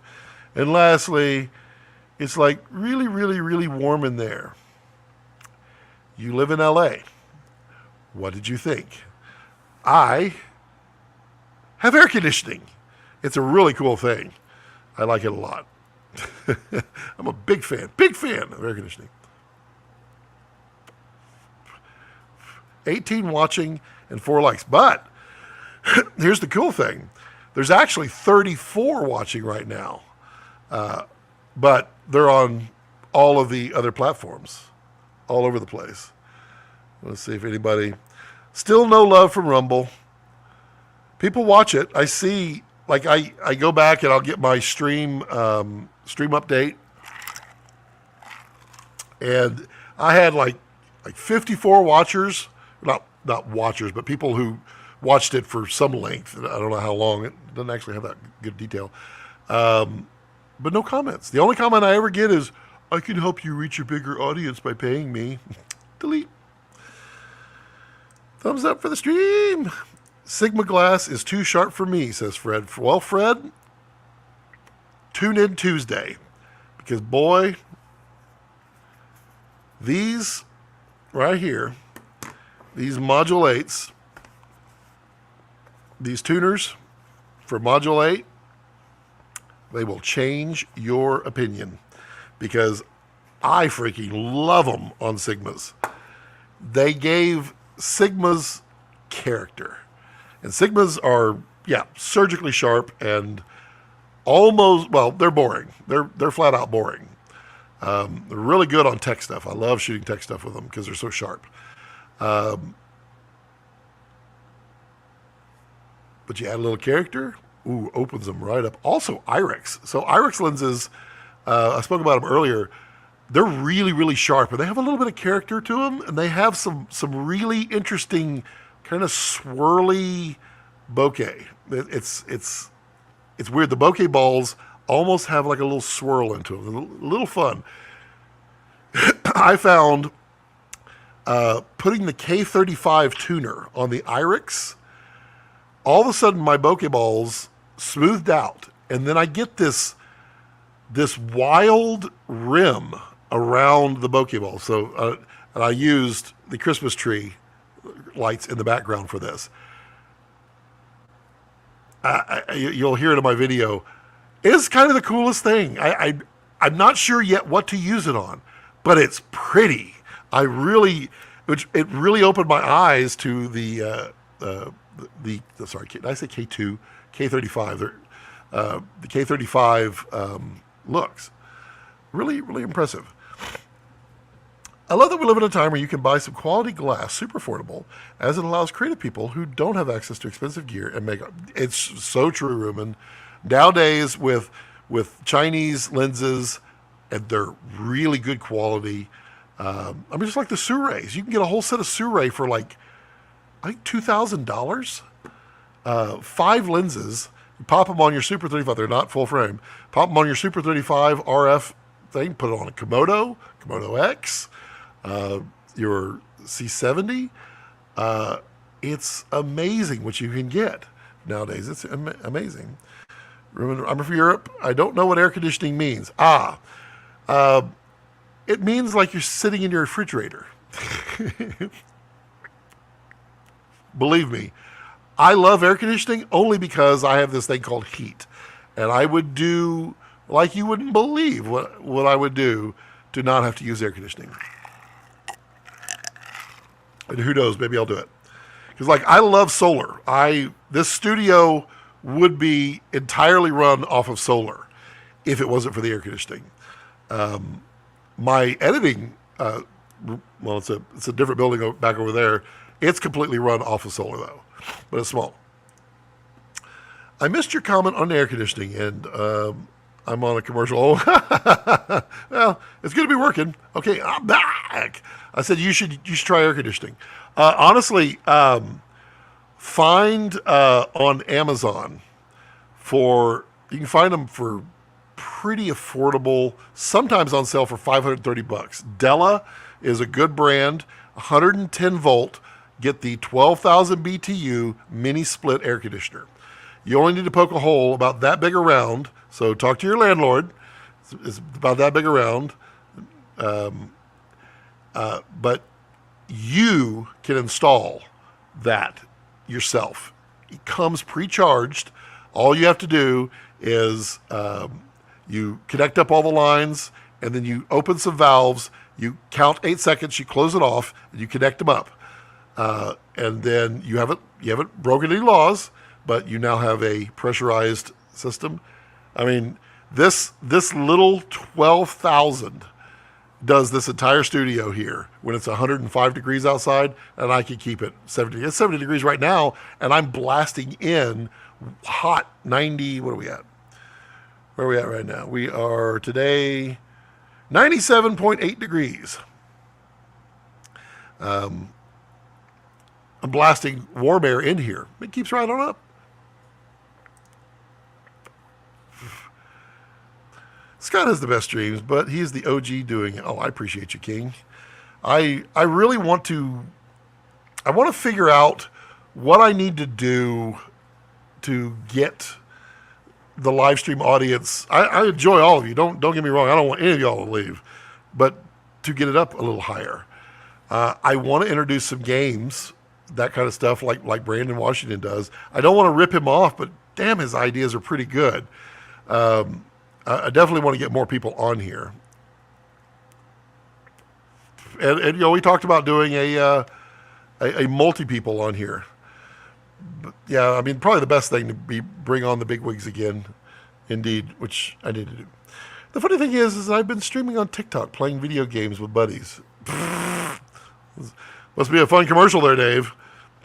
Well, that's the problem in being grips and such is you work your butt off, you sweat your rear end off, and then you sit around for 6 hours. That's set up, just not in the studio. What lenses are your favorite to use on Dragon? I have a feeling you're going to say Cook. No, I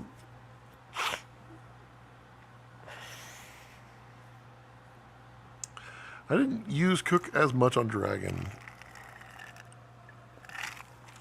Takeda Vistas, by far, were my favorite to shoot on with Dragon. But I would say the ones I shot with the most were the Sigmas. The Sigmas with a little bit of filtration, a little black pro mist on the front. It's very light 1/16. Yeah.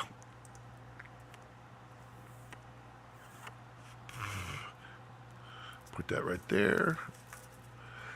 Push that over there. Okay, what do you think about all this full frame versus 35 millimeter talks in regards to cinema cams? Right tool for the job. I mean, it's fun to play. I was always a Super 35 guy. It's funny because I wanted to be full frame. And when I got the 5D Mark III, I was like, yeah, full frame. I was like, that's cool. And then I immediately turned around and bought a C100. And then I didn't buy any full frame cinema cameras since then. Almost everything I have here is Super 35, and I love Super 35. But I also enjoy full frame. Shooting on VistaVision, it's a dream.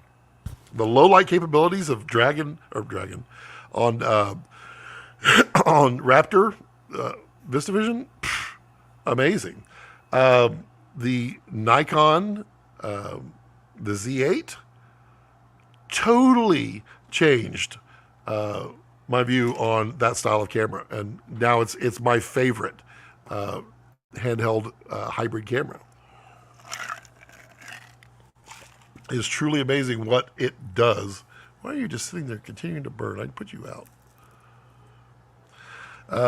Simon says air conditioning was invented to keep industrial plants going, specifically printing facilities. Sure. In a lot of places. So it's the heat, not so much of a problem as the humidity. So you go to Arizona, it's actually, well, maybe not necessarily Arizona. There are parts of Arizona you could do it. There are parts of West Texas you could do it, where it's not, you don't want to be 120 degrees, but if it's 100 degrees, but it's no humidity, you can use a swamp cooler, where you're just blasting air through water that's evaporating, and it cools it down. You can cool down about 20 degrees, and it gives you humidity, which is nice. Here, not so bad as Houston, but here we have, well, right now humidity is starting to ramp up at this point in the evening. We are now, let me see what our current humidity is right now.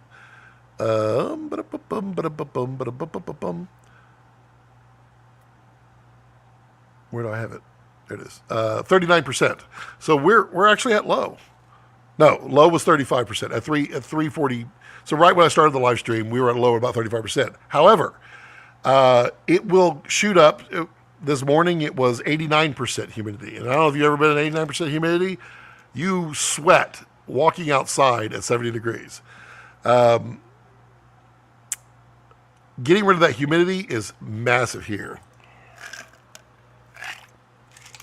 We collect ice for the mountains and have a special put in our house. We keep our deer meat, and it also cools down the house. Oh, that's cool. I mean, that is definitely something you can do in the cooler climates, for sure. Well, another thing I need to do is insulate.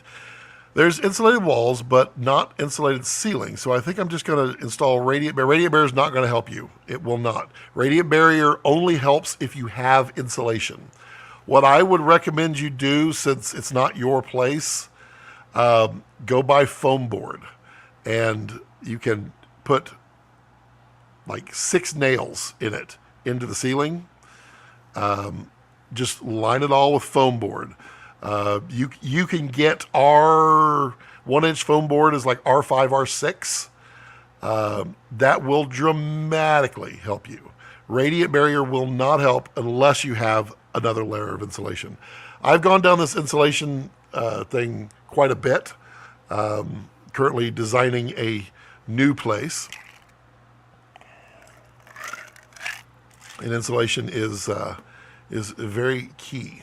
But here we have to insulate. Although, like my house is built. We built everything. My wife and I and my two girls when they were younger. We built every single thing in this house except for the drywall. We don't do drywall. The house is super insulated. It has like R40 in the ceilings. It has R25 on the floor. It has R19 in the walls. It's 2x6 constructed, so it's a super insulated, well closed envelope. And it doesn't take anything to cool that entire house. It really, I think you could get away with a 2-ton air conditioner and do the entire house. But it's surprising, like out here, this is a big room, 20 by 32, 10-foot ceilings, and 112,000 BTU. I only have 2x4 walls, but I do have like R25 in the ceiling here. Co-host might work. Yeah, I need to find some people who are somewhat regular that can jump on. You say that I don't know this from Utah dryness.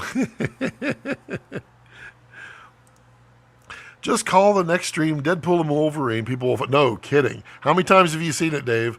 I've seen it 4 times. Loved that movie. Another classic example of either just make a film that doesn't make anybody mad at all. Just make your film. Your story, everything in your story supports the story and nothing else. Or poke fun at everybody. In which case, everybody's like, well, that was mean, but I laughed at those other 74 jokes, and then everybody still likes it. And Deadpool and Wolverine, prime example. What are they up to? What are they up to? Box Office Mojo. Because they were killing it. They're at 1.08 billion box office worldwide.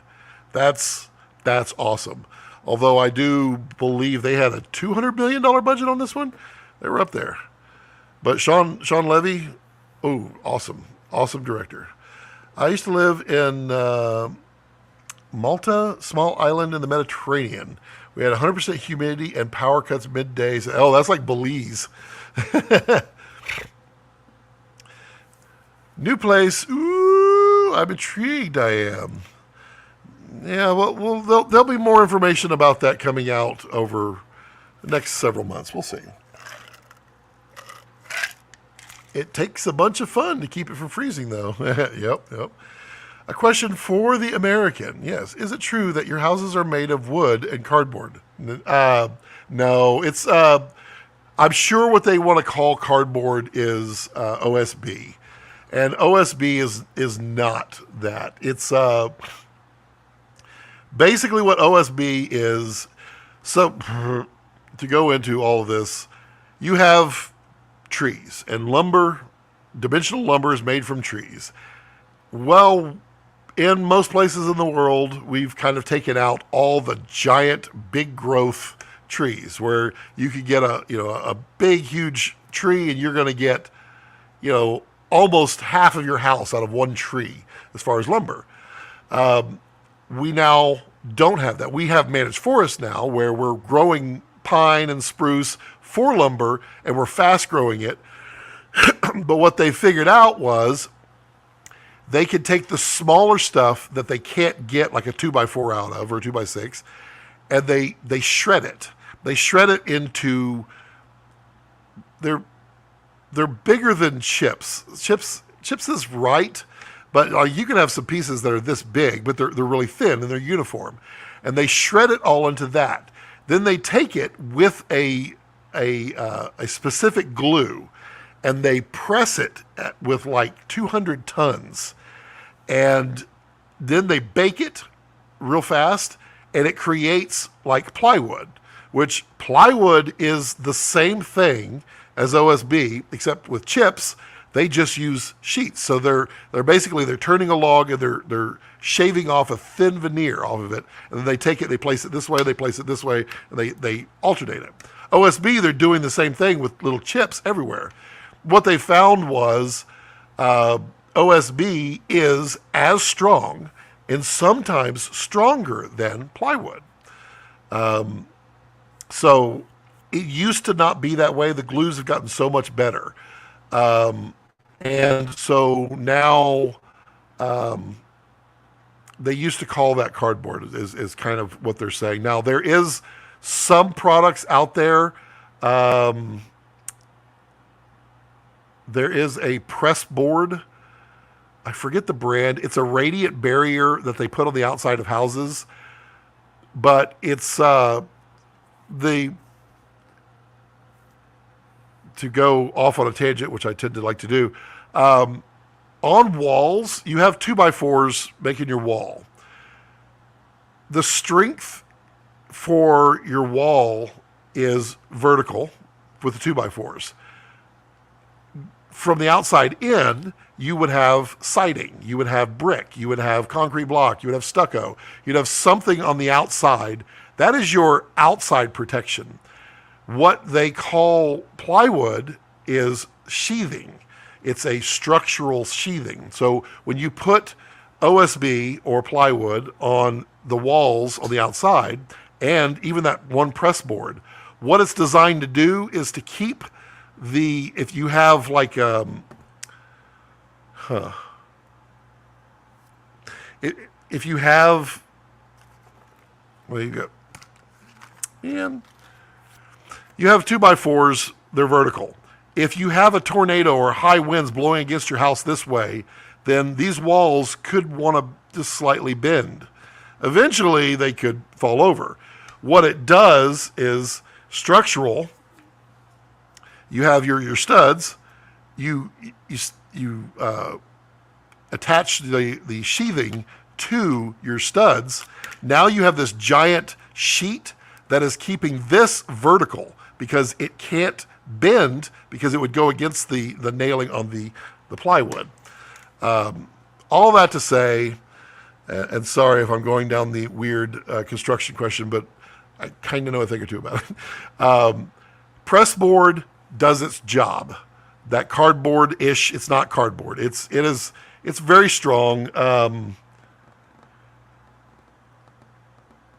If you've ever seen pegboard, if you go to like a builder supply and you see pegboard, and it's that brown, that is pressboard. So the pressboard don't have the holes in it, and they have a radiant barrier on it. But that serves the only purpose it needs to, which is to keep it from doing this. Going back to the OSB, they've actually found now that doing that is actually stronger. They make studs out of this now. They make floor joists, I-beams out of it. So where they use wood on top, OSB, and then wood for an I-beam. It's stronger than traditional wood in that respect. So you can use, instead of buying a 2x12, 20 feet long, which you would need to do, or 30 centimeters for those of you in the outside of the U.S., that has a deflection or 20 feet at 16 inches on center of L360, which means if you step in the middle of it, you could jump and you'll get a little bit of a bounce. If you ever go into a house with a wood floor without a slab, you could jump on it. Things will move. You'll hear it. That deflection is L360. If you use the same dimension, but you buy the OSB, the I-frame, the I-joists, I forget what they call them, the same dimensional lumber, you actually get a deflection of L480, which is way stiffer. And you end up using less wood than the 2x12. It costs less because they can use all the little pieces.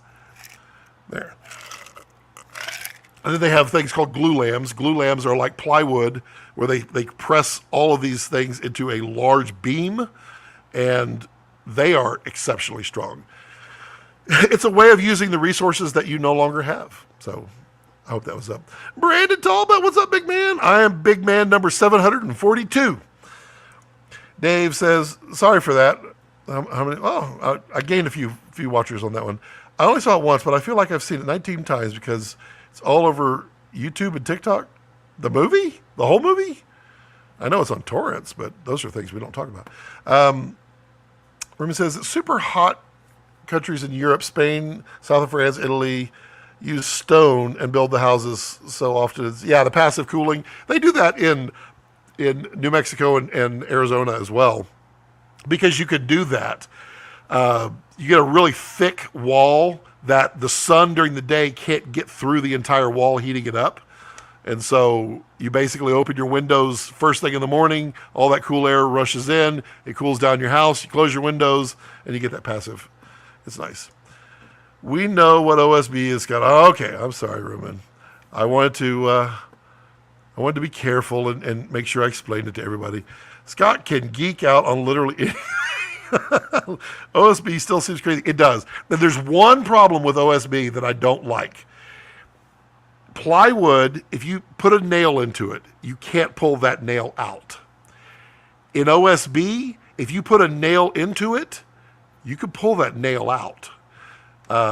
Because that glue, it makes the hole with the nail, it doesn't compress back. Some of the newer stuff does a little bit, but you always, when you are putting your siding on, you go through into a stud because the stud is going to be able to do that. Everything is stucco in LA. Yeah, they don't do stucco too much here because humidity and stucco those are problems. And we can get into the fluid transfers that takes place, the humidity, which side's the hot side, the cold side, and your vapor chambers that you have to build into your insulative envelope. And you have to be careful. In the vapor barrier is a good one. I'm totally going on construction. Here we put, in Houston, you put the vapor barrier on the outside, which is the Tyvek, that plastic.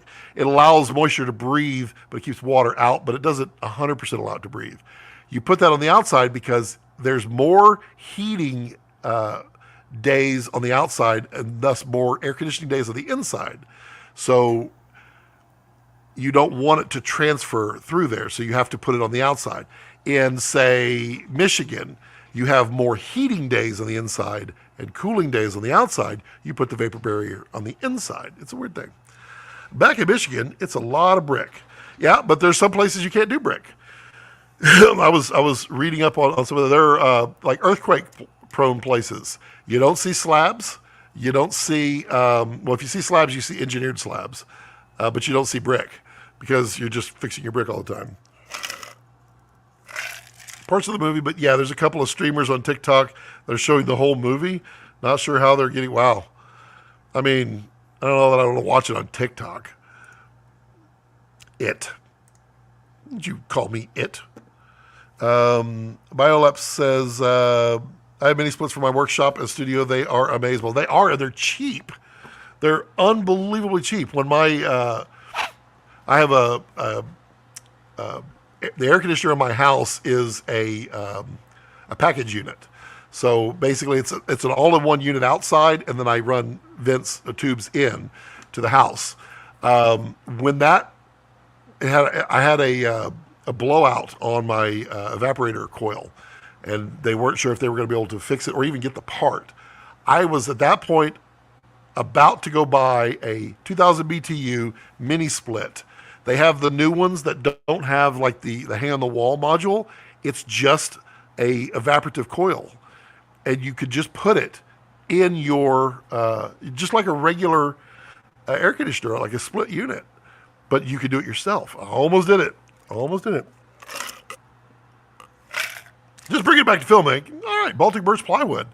We use it for dance floor and dolly. CDX for regular wood that needs to like ramping and dolly on the track, and also building ramps. Yes, Baltic birch is many layers. It's also very smooth, and it's very easy to keep it aligned and smooth together. CDX is definitely rougher, and it's for destructive things. So we use it for ramping. Yep, indeed. All of those fun things. I'm just wondering how many of the viewers now are tuned in for construction talk. So we can go back to filming. Who's got filming questions? I mean, you throw the questions out there. I'm going to talk about it. Believe me. If I know anything about it, I will talk about it. If I don't know anything about it, I'll be like, Y'all tell me about this because I don't know anything about it. Jacob, hey, what's up? I can't believe I scheduled a doctor appointment at the time of this live stream. You know, Jacob, life happens. You got to do you, man. And you know, doctors are important. Important. Why was that word so hard to say? I used to never go to the doctor. Now I go annually just because I'm getting advanced in age. Not that much. I'm not that old. I'm pretty spry. I mean, I can build a house or 6. So yeah, I mean, go to your doctor, do your doctor things. I get you. Alas, I am here now. Well, who's got some film questions or comments or thoughts? What? No, right? Who's home? Surely she's not home already. There's no way. Let me see who's there. Who is it? Oh, it's just dogs.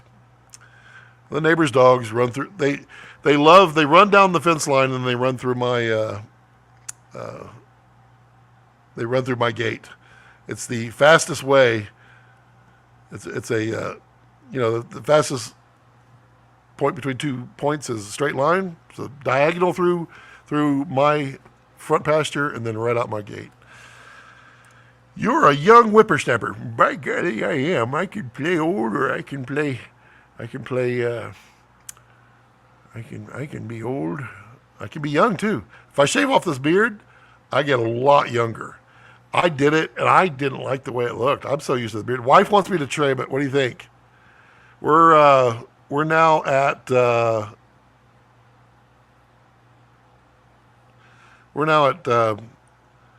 5 fingers of beard length, or just a normal hand with AI. DHL finally getting Scott's package. Yeah, no kidding. No, I did get it. They actually did it. Yeah, Komodo burger. Well, Jacob, see, remember the homework from last time was that everybody was supposed to put that information in the comment section after the live stream. There's not one comment, not one. What was your favorite part of that movie? Or do you want to avoid spoilers? Has anybody not seen the Deadpool and Wolverine? Because I won't spoil it if anybody's not seen it. I don't want to be that guy. Go full on Santa Claus. I think I pretty much am at this point. All right, Jacob, I won't spoil it. I won't spoil it. Sorry, Dave. I ain't gonna say it. But you know that one part that was funny. I'll be Chris Farley. You remember that one time when you said hi? That was awesome. Brandon says, I figured out Timecode issue. Well, Tyler Edwards figured it out. But it worked like a charm. Thanks for all the help. Of course. Tyler's a good dude. He knows some things about Timecode. Whoops. No. I'm going to do that now. Oh, good. Oh, is that the no for the spoilers, or is that no for the no one made comments? Everyone go to the comment. Don't ruin this for us. So they can't just leave the live stream. That would be mean. So on the Rawcast, I have a food channel that I have made a few recipes here and there. And I thought for a good comeback episode, since I've been absent for 18 months on it, would be trying foods that people think that are odd combinations of foods. And so I'm happy to do that, but I can't go back through the comments here.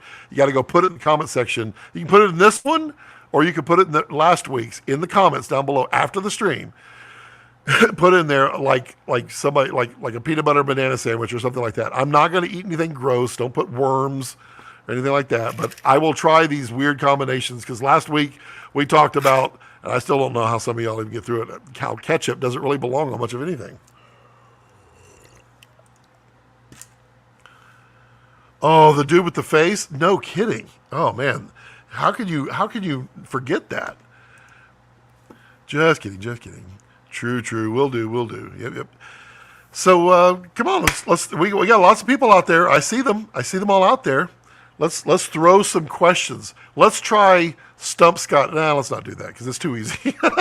There's so many things I don't know. Ruben says, I always wanted to do a food channel myself. Before switching to my wedding, my main commercial work was with food, and I loved it. It's great. I just boxed myself into a corner, kind of like Dave did. You box yourself into a corner, and you got to one up yourself each time, and then it becomes like Mission Impossible. So I kind of want to scale it back, and have a little more fun while sharing some delicious recipes. Because like I talked about it last week, spaghetti, which we just ate. We had it for lunch again. I don't like spaghetti. I really don't like spaghetti sauce. Just I don't care what if it's tomato sauce with a couple of seasonings in it. I don't like it on spaghetti. I don't want to eat it. I don't want anything to do with it. So we developed here what I call spaghetti. It's kind of an Italian thing, but basically, if you're gonna like, oh, there's spaghetti and then there's spaghetti. So we make spaghetti here, which is very, very intense meat with tomatoes in there. We usually use like tomato chunks or tomato pieces and kind of blend them up a little bit. But it's a creamy sauce and it's really good. It changes it from ketchup and noodles to something delicious. Oh, come on, put some questions in there. Come on, it's just Ruben and Dave. Come on, some questions. What can I look around with? Lots of reviews coming Tuesday. This module 8 was literally going to be this past Tuesday, and when I wanted to get to the science of it, it went really in depth, and so it took a lot longer than I thought. Tripod brand, Oxen here. I don't know Oxen. So I have. You talking about tripod or the head? I have quite a few tripods. My big one that I use mostly is an O'Connor. I bought a used O'Connor. It's a 1030 HS, I believe it is. It's fantastic. Changed my world. Before that, I had a Miller Aero 15. Well, I still have it. I use it all the time. It's a for the big cinema rigs builds. I put it on O'Connor. For the lighter stuff, I can use the Miller, and it's a little bit lighter weight because the O'Connor weighs a freaking ton. And I have a few Manfrottos here and there. Yeah, there's lots. I'm a big fan of the carbon fibers. Okay, I need a recommendation. I'm currently on a super small apartment and only have one light. I can't find a good angle for YouTube videos. Diagonal. Put the camera in the corner of your room, the furthest possible corner. So you have a small apartment. So don't know what your design is, but let's say you have a living room and you have a small little eating area and then a kitchen next to it. Put your camera all the way in the corner of the dining room, and then you set yourself up as close as you can get to the camera while getting the framing that you want. And now you can get a close focus, and then you can blur out back behind you. Diagonal is really good. Also, work with your lighting. So if you have a window, you could cheat the light from the window. I would put the light next to the window and have man, I really should be better prepared for this stuff. Use the light from the window as motivation, but control the light by you using the light. So if the light outside goes up and down, you stay lit. But then you can kind of angle yourself where you can see the window so you know the light is coming from there. It feels more natural there. Similar to how I have this, which you can't really see too much. There's a little bit of a light wrap that goes around me from a light back here, but that completely fools your brain from thinking it's coming from the light back here. And just like this light right here, it's not lighting this up. This light is not doing that. It is actually a light above, which I can demonstrate. So, I mean, you only need one light sometimes.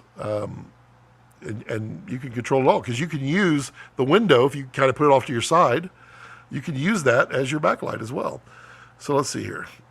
If I turn off my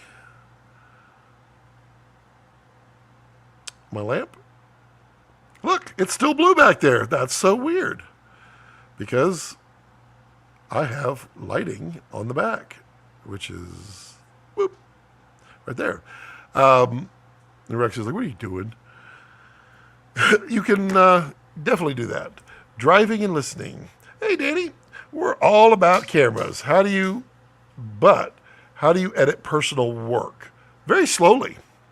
I have a backlog of personal stuff. I have in my DaVinci Resolve, my catalogs, I have one that's passion projects, and there's a bunch of them in there that I haven't finished.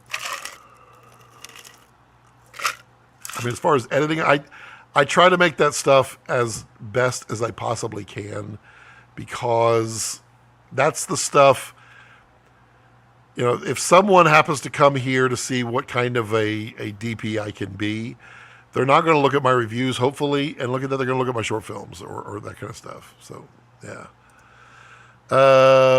Both head and legs. Ozen is made similar to the old Sattler tripods and heads. Yeah, Sattler makes really good stuff, and Sattler and O'Connor are all one big happy company now anyway.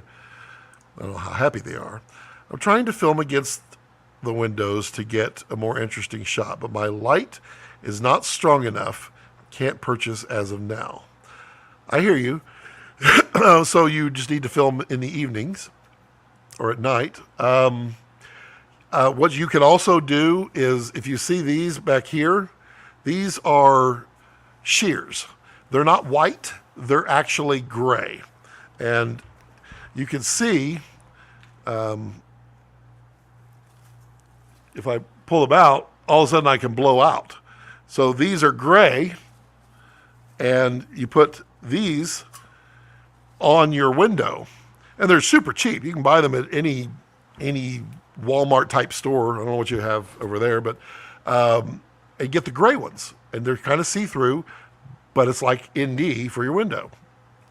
I learned that trick from Shane Hurlbut years and years ago. It's awesome. You're O'Connor. I've asked you this before. 100 millimeter bowl. Yes, it is a 100 millimeter bowl. Or no, it's a 150. Yeah, that's 150.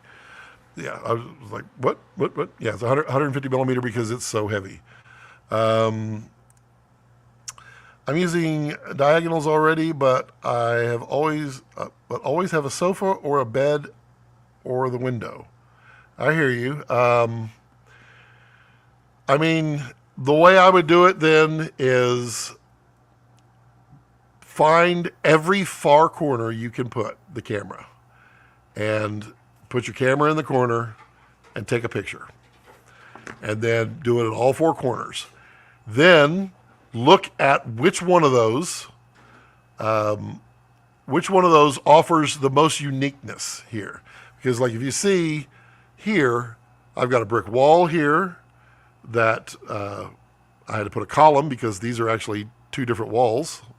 This one and this one are two different walls, and they can slide. This is my kitchen set right here. It's got cabinets on there. I can slide it over.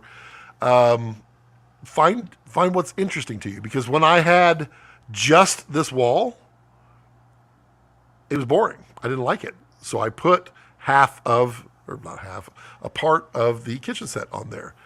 You can see it actually on Rex's there. Again, these are props. Those are props. Those aren't real. But you can see right behind Rex there, you can actually see through the light that I'm blasting through the window. You can see the gap between the walls. Try to find what angle you can work from. And then try to find a focal length that gives you the fill that you need. This is as much as I want. If I go higher, then I start to get into my seamless backgrounds, which are just above there. If I go lower, then I get too much of the desk, and I don't need that anymore because I could just do this. And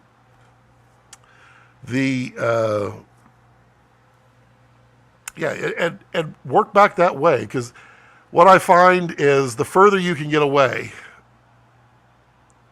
the more interesting it looks, because you can fall things off.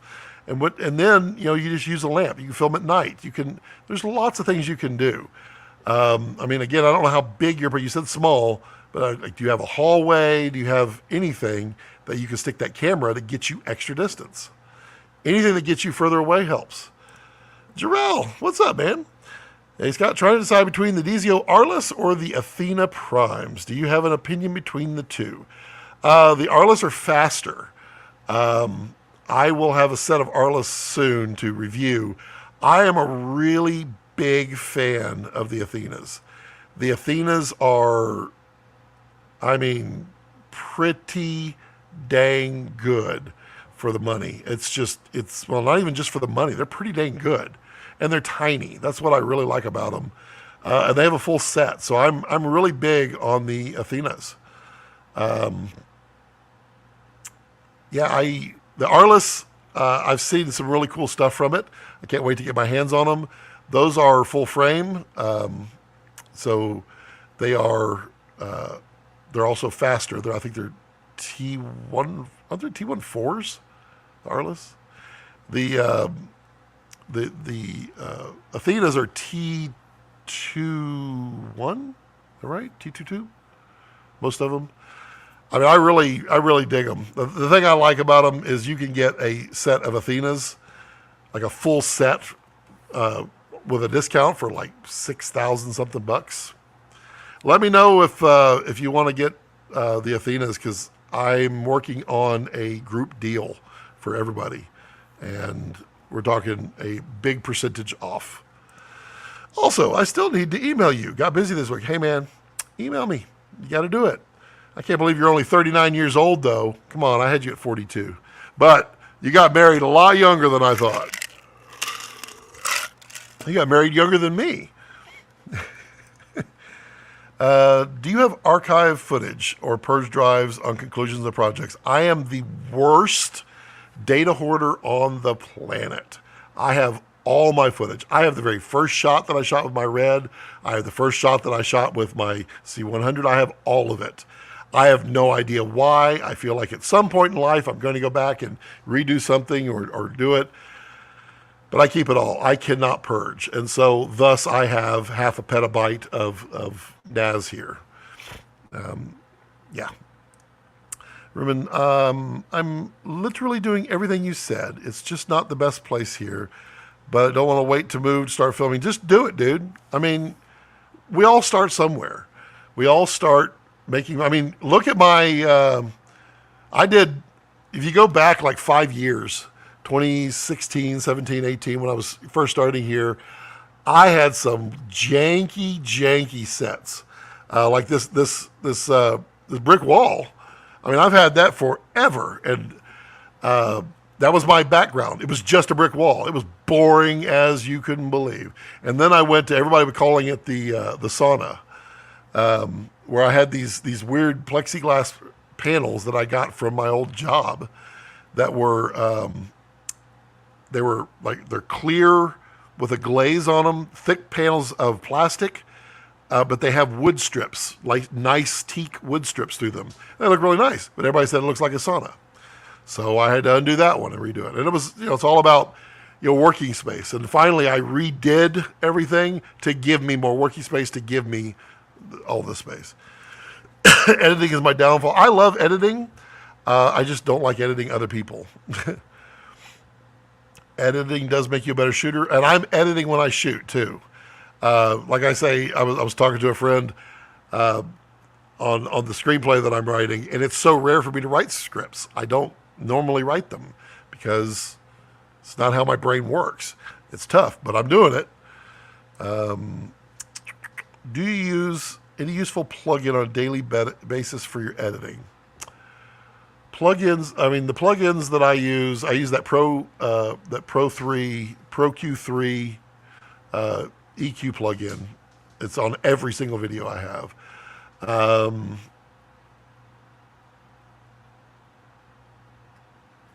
no, I don't use really any two plugins. Although I do use that one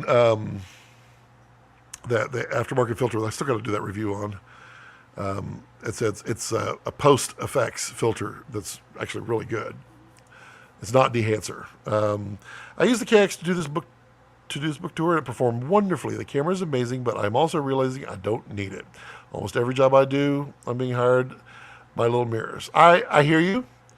What happens when you do need it? I mean, you can rent. I hear you, but if your money is better spent elsewhere, I understand.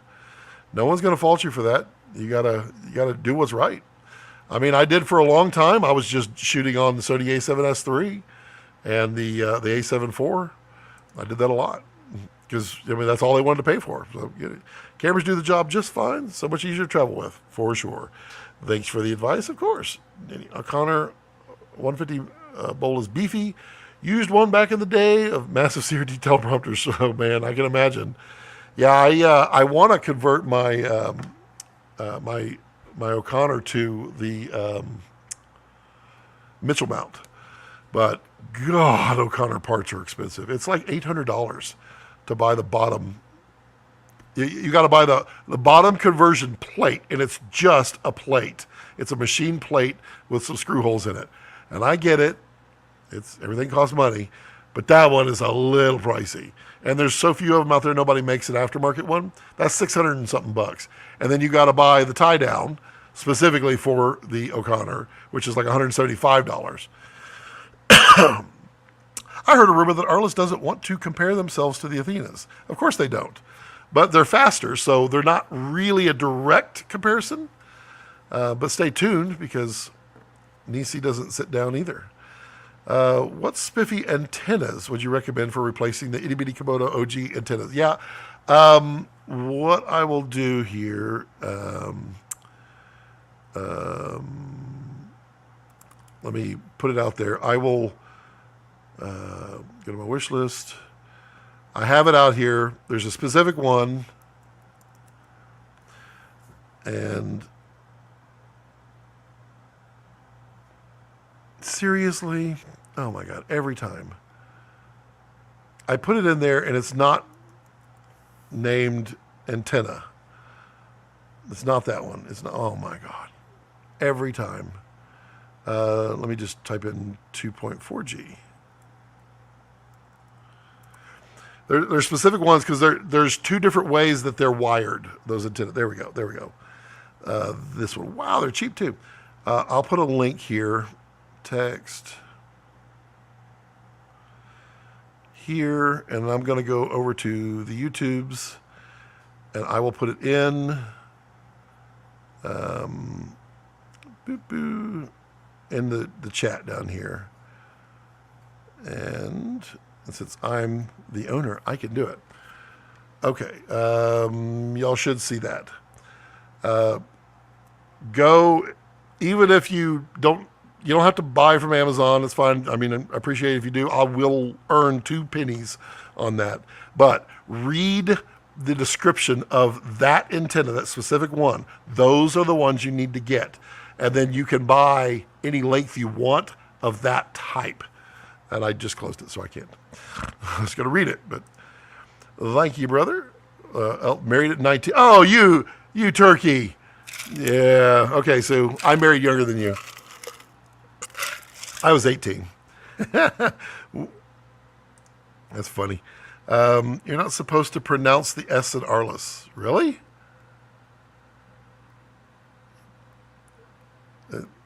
And kind of give up as you're saying the E. Arla, like somebody from Kentucky pronouncing it. Arla. I gave up. I'm with you on the half petabyte data hoarding. Yep. I edit, color grade, and master my audio. Started in graphic design and audio. Nice. Graphic design is one of my weaker points. I'm good visually. I can draw a little, but I can't take. I don't do very good in graphic design. I feel like I suck at it pretty much. Jack of all trades, master of none, though oftentimes better than a master of one. That's true, unless you're hired specifically because you're a master of one. You think David Fincher keeps getting hired because he also knows how to run a camera? A couple days ago, I posted a video which I filmed in a pinch while I was filming a wedding. I didn't do a good job exposing, and I got actual hate from the person behind a popular channel. I mean, you should not get hate. If you get hate, how do I don't know who this was, so I don't know the person. If I know the person, I might be able to say, well, that probably wasn't intended as hate. I don't know. You don't need to name the person. But if you're getting hate from someone on it, you need to look at the person. You probably did wrong. It's not the end of the world, but constructive criticism is someone wanting to help you while telling you that, hey, I don't care for this, or this was wrong, that kind of thing. If it's just hate, then, it sucks.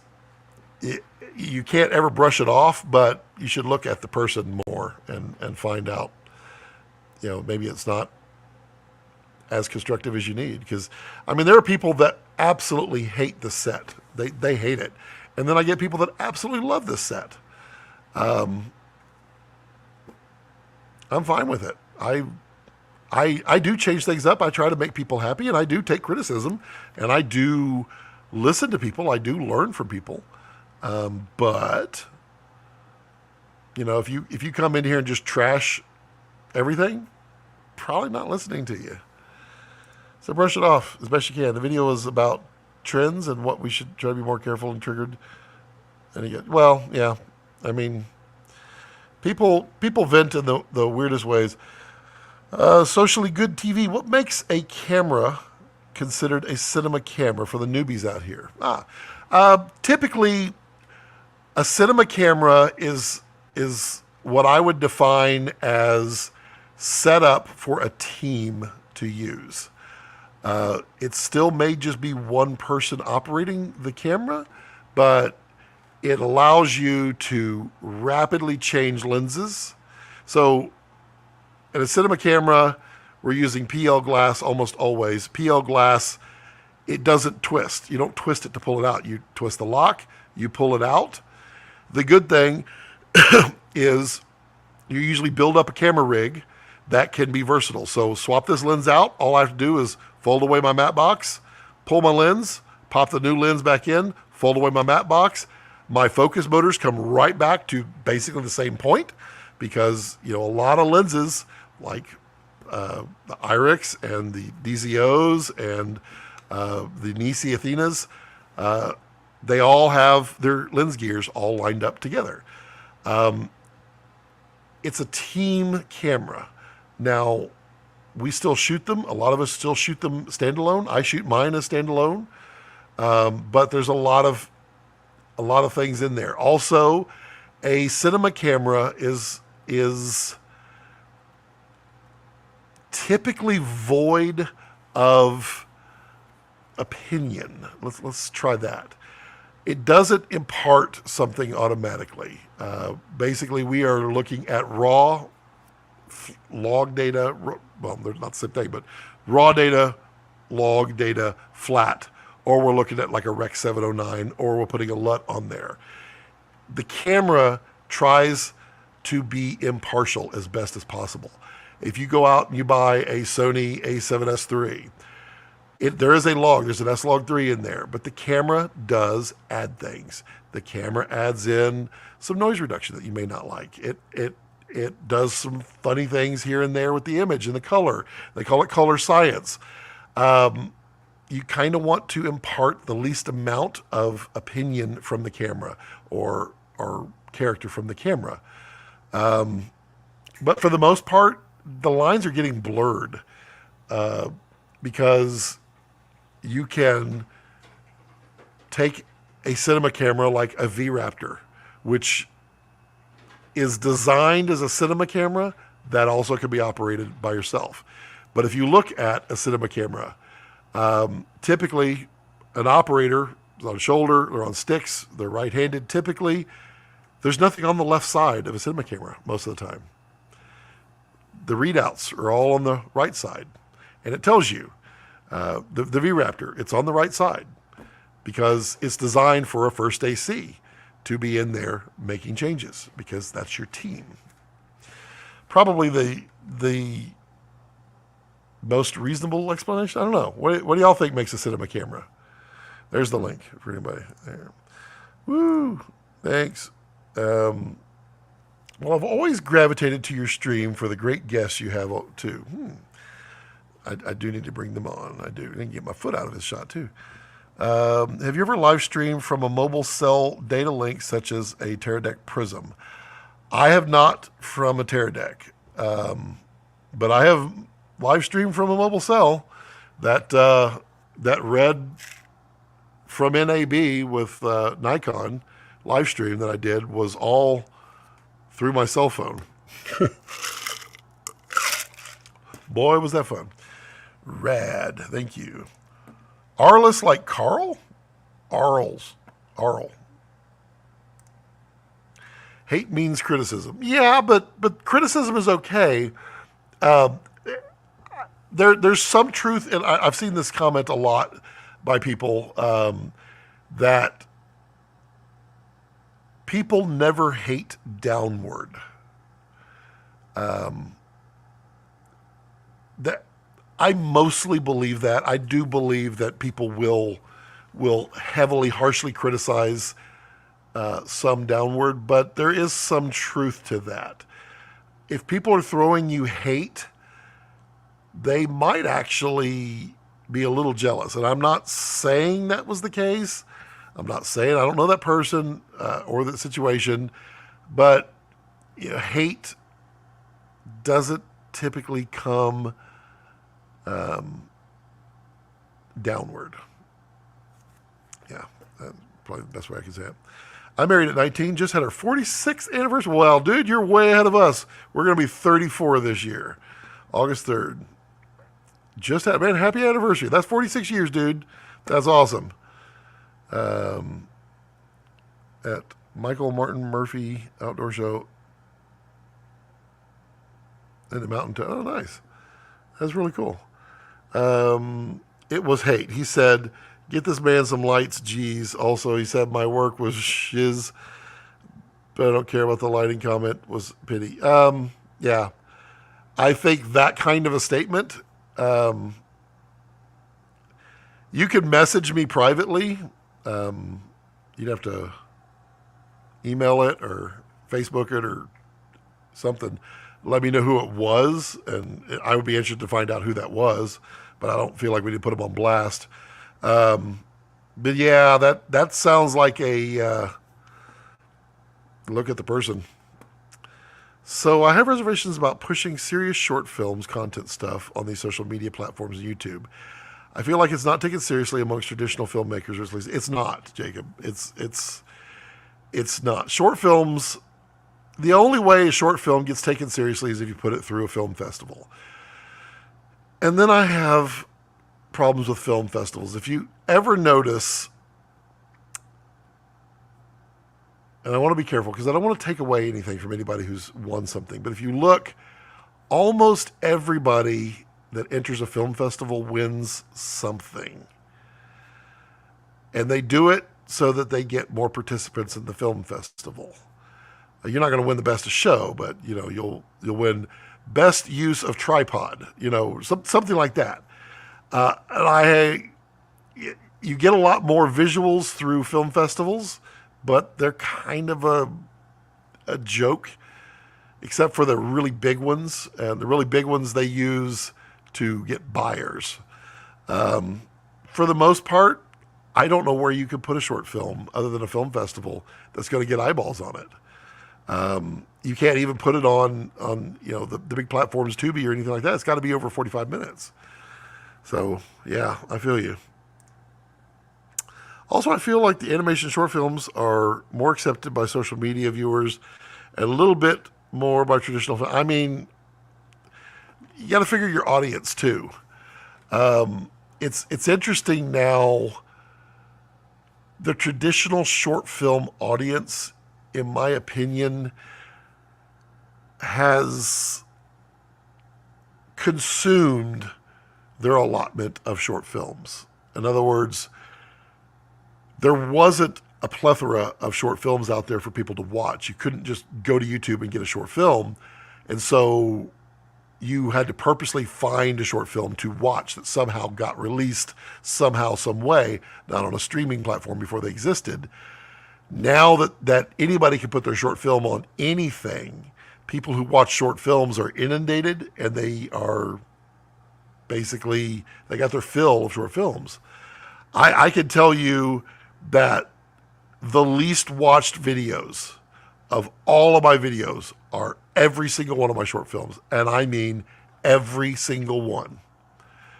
There is not a single video, review, live stream, you name it, not a single video that has performed as badly as all my short films.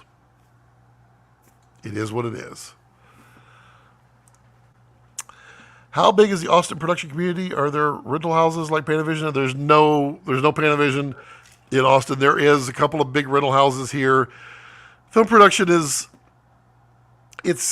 hit or miss. We do have some big film production come through, big commercials come through, but it's almost like there's just one at a time. There's never really more than one happening. Really appreciate all the advices for both filmmaking and YouTube. Many people might brush off questions like that, but you never disappoint. Thank you. Well, I appreciate that, Ruben. Also, I commented, your accent is awesome. Don't be afraid of your accent. I think it was awesome. When I heard that you had to pay to enter Emmy Award programs and film festivals, I was flabbergasted. It's true. And because you pay, they want to give you something. I just, I used to hang out at the United States Film Festival in Park City, which has since morphed into Sundance, right? I mean, Toronto, Sundance, Cannes, all of those, there's big films being placed there because it's hard to get in. So that's where buyers like Netflix's and Sony's and everybody comes to buy films. Ruben, the worst is that this channel person, there are multiple people there, is a channel that is supposed to help young filmmakers. It wasn't jealousy. He just used it to win the argument. We'll PM on Instagram. Interesting.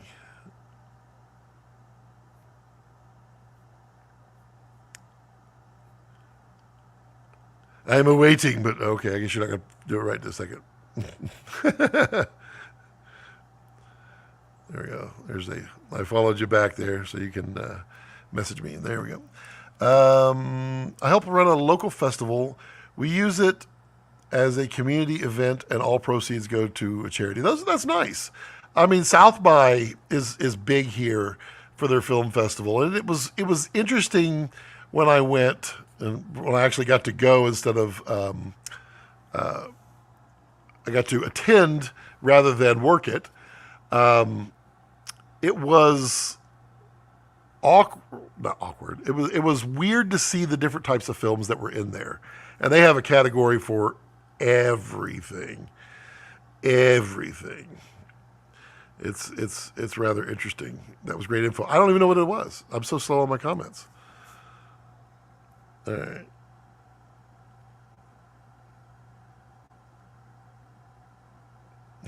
I won't. But yeah, okay. I feel a little more of that. And that person, there's not an excuse for the person. Like there's no mistake there. I think that's kind of par for the course on that. It's it happens. Yeah. But some people in this area will rent out a small theater to sell tickets to the movie. Yeah, I mean that's a really cool way to do it. If you have a, I would say if you have a feature, I wouldn't do it for short films, but if you have a feature that you want people to see, renting out a theater and putting butts in seats yourself, it's a great way to do it, and it's a great way to reward the people who help too, because usually on these low, ultra, micro budget features, people are not getting paid great, or sometimes not at all. Sometimes they're actually paid in pizza. Sometimes people volunteer. I've definitely volunteered for stuff, and people are like, "Why would you do that?" Well, I like helping. It's fun. Plus, I still believe any day on set is a good day, but I won't be taken advantage of. So, I mean, if somebody's like, "Oh, well, you could do this and this and this and this," well, I can, but that's not what we talked about. I feel like I should maybe continue production on an animation trailer of mine and then branch into short films so that I could draw attention via the animation following hype. It's I honestly can't tell you. I mean, what you're asking for in the short film world is basically how to viral. What makes a viral video? Everything everybody tells you about what makes a viral video is not true. Well, they believe it is, and from their side it is, but it's not. It's the things that grab people's eyes. You never know what it is. Thumbnails grab people's eyes, sure, but not if it's no relation to whatever you're doing or whatever they're doing. They don't care. How do you get eyeballs on things? I personally, I do everything that I do so that I can do these films that I have, these features that I've written out. And, at some point, I'll either be so old that they never happen, or somebody does them, or I do them. And I'm trying to be the best filmmaker I can be so that I can serve justice to these. And I don't like that you can't get eyeballs on things. It's sad. But I couldn't tell you how to make it. I haven't had a viral video, not once. Nothing I've ever had took off like there are beginner vlogs out there that get more views than my highest rated or my highest viewed video. I couldn't tell you. I wish I could. I wish if someone does know, tell me, because I'll try it. Thanks about the accent. If you ever come to Europe, especially France, and have some free time, hit me up. Would love to geek out on plywood. Then we could try some French wine, because I've had some French wines that did not age very well over here. I bought a whole bunch of wine back 15 plus years ago, and I have them nicely controlled, and we rotate them and all that. Some of those wines, they were not meant to age. And I didn't spend hundreds of dollars on bottles of wine, believe me. Oh, look at you, Rex. He's been doing this a lot lately. He cracks me up. Tootly.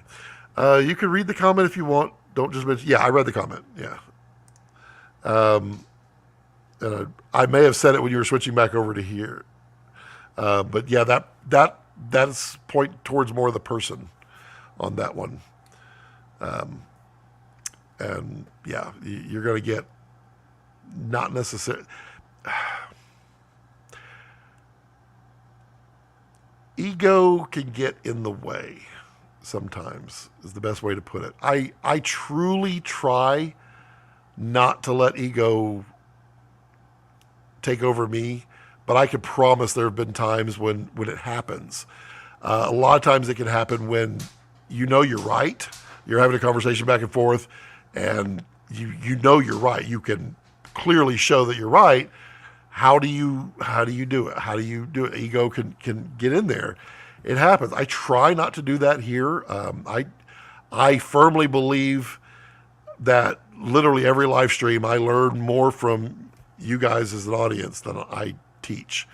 I Unless it's about OSB, then some of y'all are going to be learning about some OSB this time. I have met quite a few. Hold on, I heard something. What was that? Oh, okay. I heard a scream, so I had to go check the cameras. She was yelling at the other dog. But yeah, I mean, ego can sometimes get people. I mean, you get elevated, and then you compensate, and then you elevate and you compensate, and then sometimes the ego just catches up and it just takes over. It happens. Flagging myself as an old man. I'm most motivated by personal work these days. I hear you. I feel like there are so many people that have some amazing stories, and I'm story driven big time. And those stories need to be found, but they don't ever get traction. And I'll tell you one thing, as a almost old person, maybe getting there someday, I actually want to hear the stories from the old people, because they've got stories. I mean, an 18-year-old kid might have a couple of stories that shaped them in life, but I guarantee a 70-year-old woman, she's got some stories. She's got stories. Eric says, like some of the famous Hollywood producers once said, nobody knows nothing regarding whether a film hits or not. Yeah, that's true. It's true. The only thing I know is, we see your legs. The only thing I know about film is that if you just stick to your formula, it works. If it worked the first time, stick to your formula, it'll work the second time. If you change something, if you want it to be trendy or what have you, if you want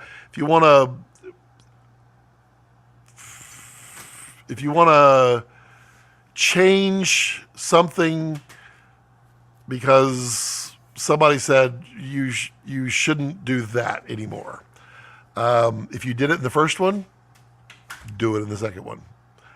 That works, I promise. Top Gun 2, Deadpool, those both. Two extreme examples. I got to figure out where I'm at. Two extreme examples, polar ends, of types of movies.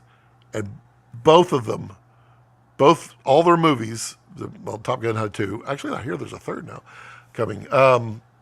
They did exceptionally well.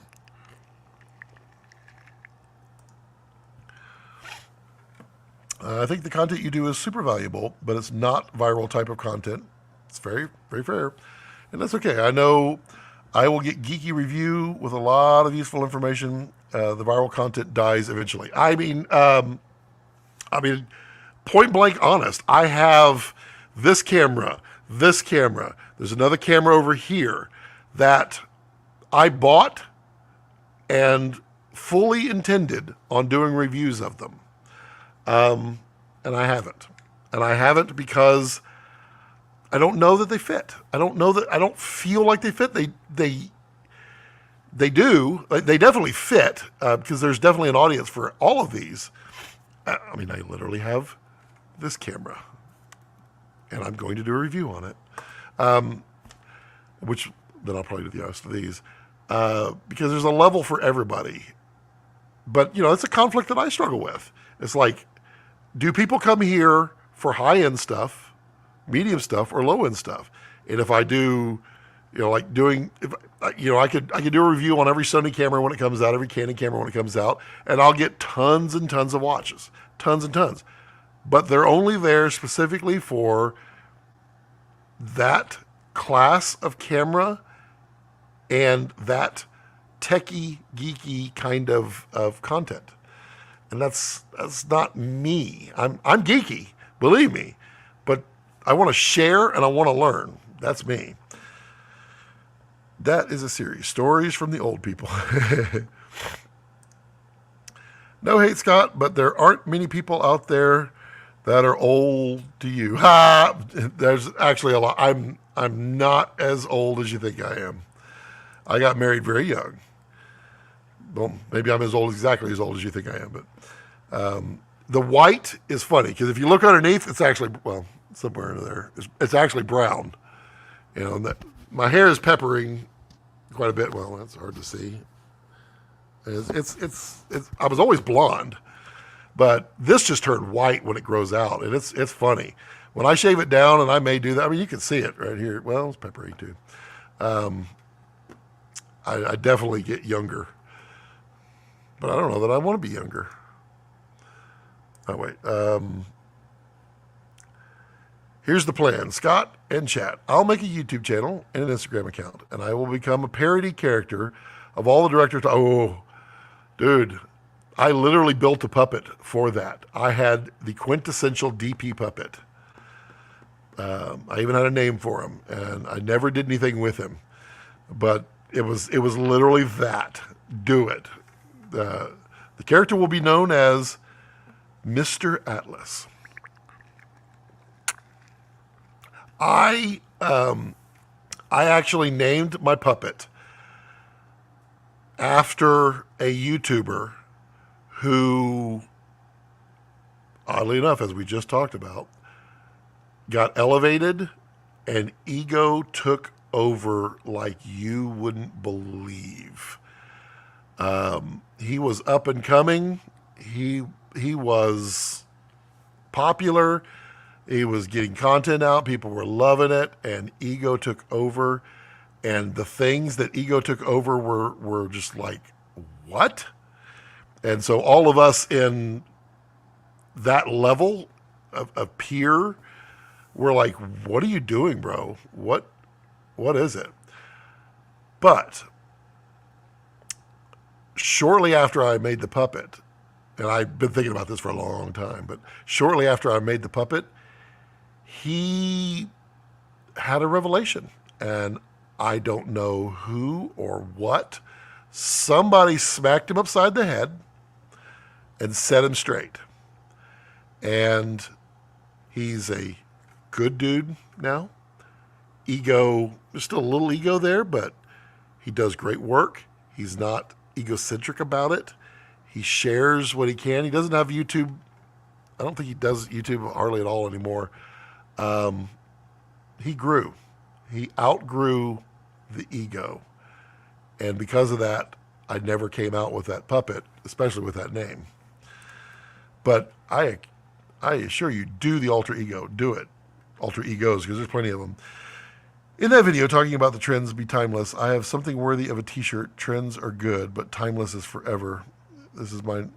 I mean, I like trends. I think they're fun, but I don't follow trends. Because trends are basically whatever the audience thinks is good at that particular moment. Well, fine. But this is my channel. The audience should be here for me, not specifically me, but for what my channel does. So if the audience is dictating what things are, I don't have anything. I'm not anything. I'm a follower. I am literally just someone following in someone else's footsteps. I don't want to do that.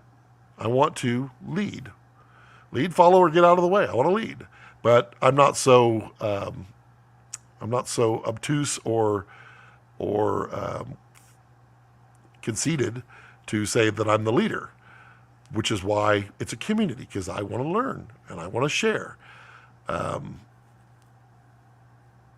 don't do trends. I really can't stand trends. I like to be myself, which is why you'll find me on everybody I post where they're having problems or they're concerned about things. I always give the same advice. Be yourself. Because if you're yourself, you never get tired of being you. You might get tired of making videos, but it's not because of you just get burned out. But You don't have to be an alter person, an alter ego person. You don't have to chase the trends, or you don't want to do that one, or I can't dance, and the latest trend is DPs that dance, Yeah, I don't know. That's my. I will make a Komodo burger an absolute necessity for the world. Do it. Do it. Easy. Oh, there's Rex. Rex is like, she let me out, but Dad didn't come out. All right, buddy, come on. There you go, buddy. Like I said, he's the studio dog. He goes where I goes. Hi, bud. What's up? Where you going? Oh, he says it's time to go. Am I doing? I did another long one, didn't I? 3 hours. You're not old. You are timeless. Nice tie-in. Thanks for the live chat, Scott. Take it easy. We'll tune in for the next one. Appreciate you, FSB. Friday streams could be with guests. And other times with some friends in a frequent stream. Yeah, that might be fun. At least, but last but not least, Scott the Great Show. Hi, buddy. What's up? What's up, buddy? Oh, you're a good boy. All right. Did you keep a 35 millimeter Canon lens, or did you sell them recently? No, I still have them. I didn't sell any of those yet. Yeah. Were you using them on Komodo X? Did you keep a 35 millimeter Canon lens? Are you just talking about the EF lenses? And were you using them on Komodo X? Yeah, I have most of my lenses are EF lenses. I only have a few RFs and a couple of Zs now. There are 1, 2, 3, 5 Z lenses here. 2 of them are borrowed, to be transparent, in testing. Is that a good fit for RF and Komodo? So RF lenses are great for their rapid autofocus, their compact size. It is a great fit for Komodo. What I don't like about RF lenses and most mirrorless lenses is the focus by wire. So your focus is not physical. It is, you turn it a little bit and it might go a little bit, or you turn it a little faster, it'll go a lot. That's because it's got an algorithm on it. I prefer, like my Sigmas are all, the new Sigmas won't be, but the Sigmas that I have are EFs, and I prefer them EF because I like that manual focus. I also like that I can use a drop-in filter in between, should I want to. Typically, I'm using external with a matte box, but I like that flexibility. The good thing about RF is you can adapt to a lot of different lenses out there. So there's a lot of fit, Baxter, for Komodo X. Don't feel like you got to go RF. And it just depends on what you're wanting too. If you're wanting autofocus, face detection autofocus, then an RF is probably going to be your best performer, but not all of them. If you're just doing it manual focus, look at EF or PL. Ruben says, the problem of having guests and a co-host, but you won't have enough time to read every comment, so that's special about the stream. I will always try my hardest to read every comment. I will always, even when I had like some of the bigger guests on, some of them didn't necessitate me being able to read, because definitely, like we had, there were over 1,000 people on when Mark Toya was on. I totally lost it, which was wild. I've never experienced that before. But that was in a bunch of different platforms at the same time. There's a lot of questions coming in. Some of them are redundant, or we've already asked them, or they're not something that you're going to ask a Mark Toya. You don't ask Mark Toya, which Canon, mirrorless are you going to buy? That kind of thing. But these, I'm literally sitting here for you and for me. And so I want to read all of these because I care about, what you're saying, because a lot of you, many, many, many of you are here every week that I'm here. And, I appreciate it. But I think having having interview guests on is different, where we won't be able to read every one, but we'll definitely get the right ones in there pertaining. But having like friend guests on, like having some of y'all on sometimes, I mean, we definitely still keep doing the same thing. No point in changing that. Only Scott can do this kind of streams. I sort of expect others to work the same. Hey, I remember you gave a tip about shooting in 48 and how it's similar to 24. Do you mind jogging my memory? Yes, 48 frames a second, and shoot at a 360-degree shutter. If you don't have shutter angle, shoot at 1/48th of a second. If you don't have 1/48, shoot at 1/50th. By shooting at 48 frames a second, you are time accurate for timecode. So all you have to do is double the speed. You're shooting at 48 frames a second, but you're dragging your shutter at 360 degrees, which means when you speed it up to 200%, your shutter will actually be a 180-degree shutter. So you will have just like you're shooting 24. But you also have 2x slow-mo available at any moment because you shot it at 48. And that is an excellent, excellent tip. And that was by Ivan Agerton. Taught us that one on live stream about 4 years ago. Does that get you the answer you're looking for? Started a new Nikon Red camera lens fund for that day, which will come 2026.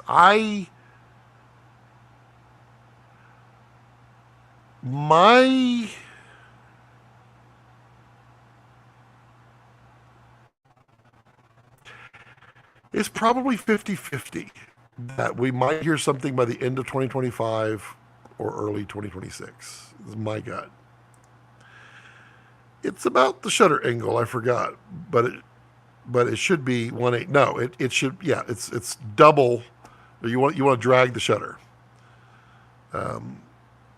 So for European here, I shoot 50. Okay, so no, you would shoot 50 frames a second at 1/50th of shutter. So your shutter speed should be equal to your frames per second, which would basically mean your motion blur at slow-mo will be longer. But since you're shooting at 48, it will actually feel normal anyway for even on slow-mo.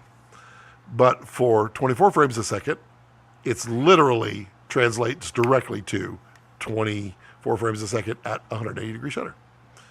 But Europeans, 25 is your typical. So at 25 at a 180 shutter, you'd be 25 frames per second at 1/50th, but you're going to shoot it at 50 frames per second at 1/50th. That will give you that.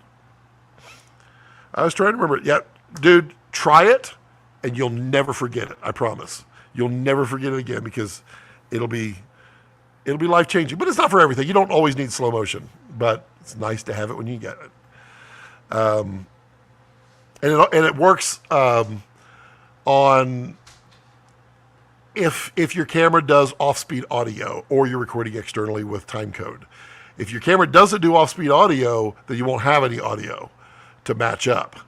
But if you are doing 48 frames a second, your timecode's in there at 24, it's still going to frame up perfectly.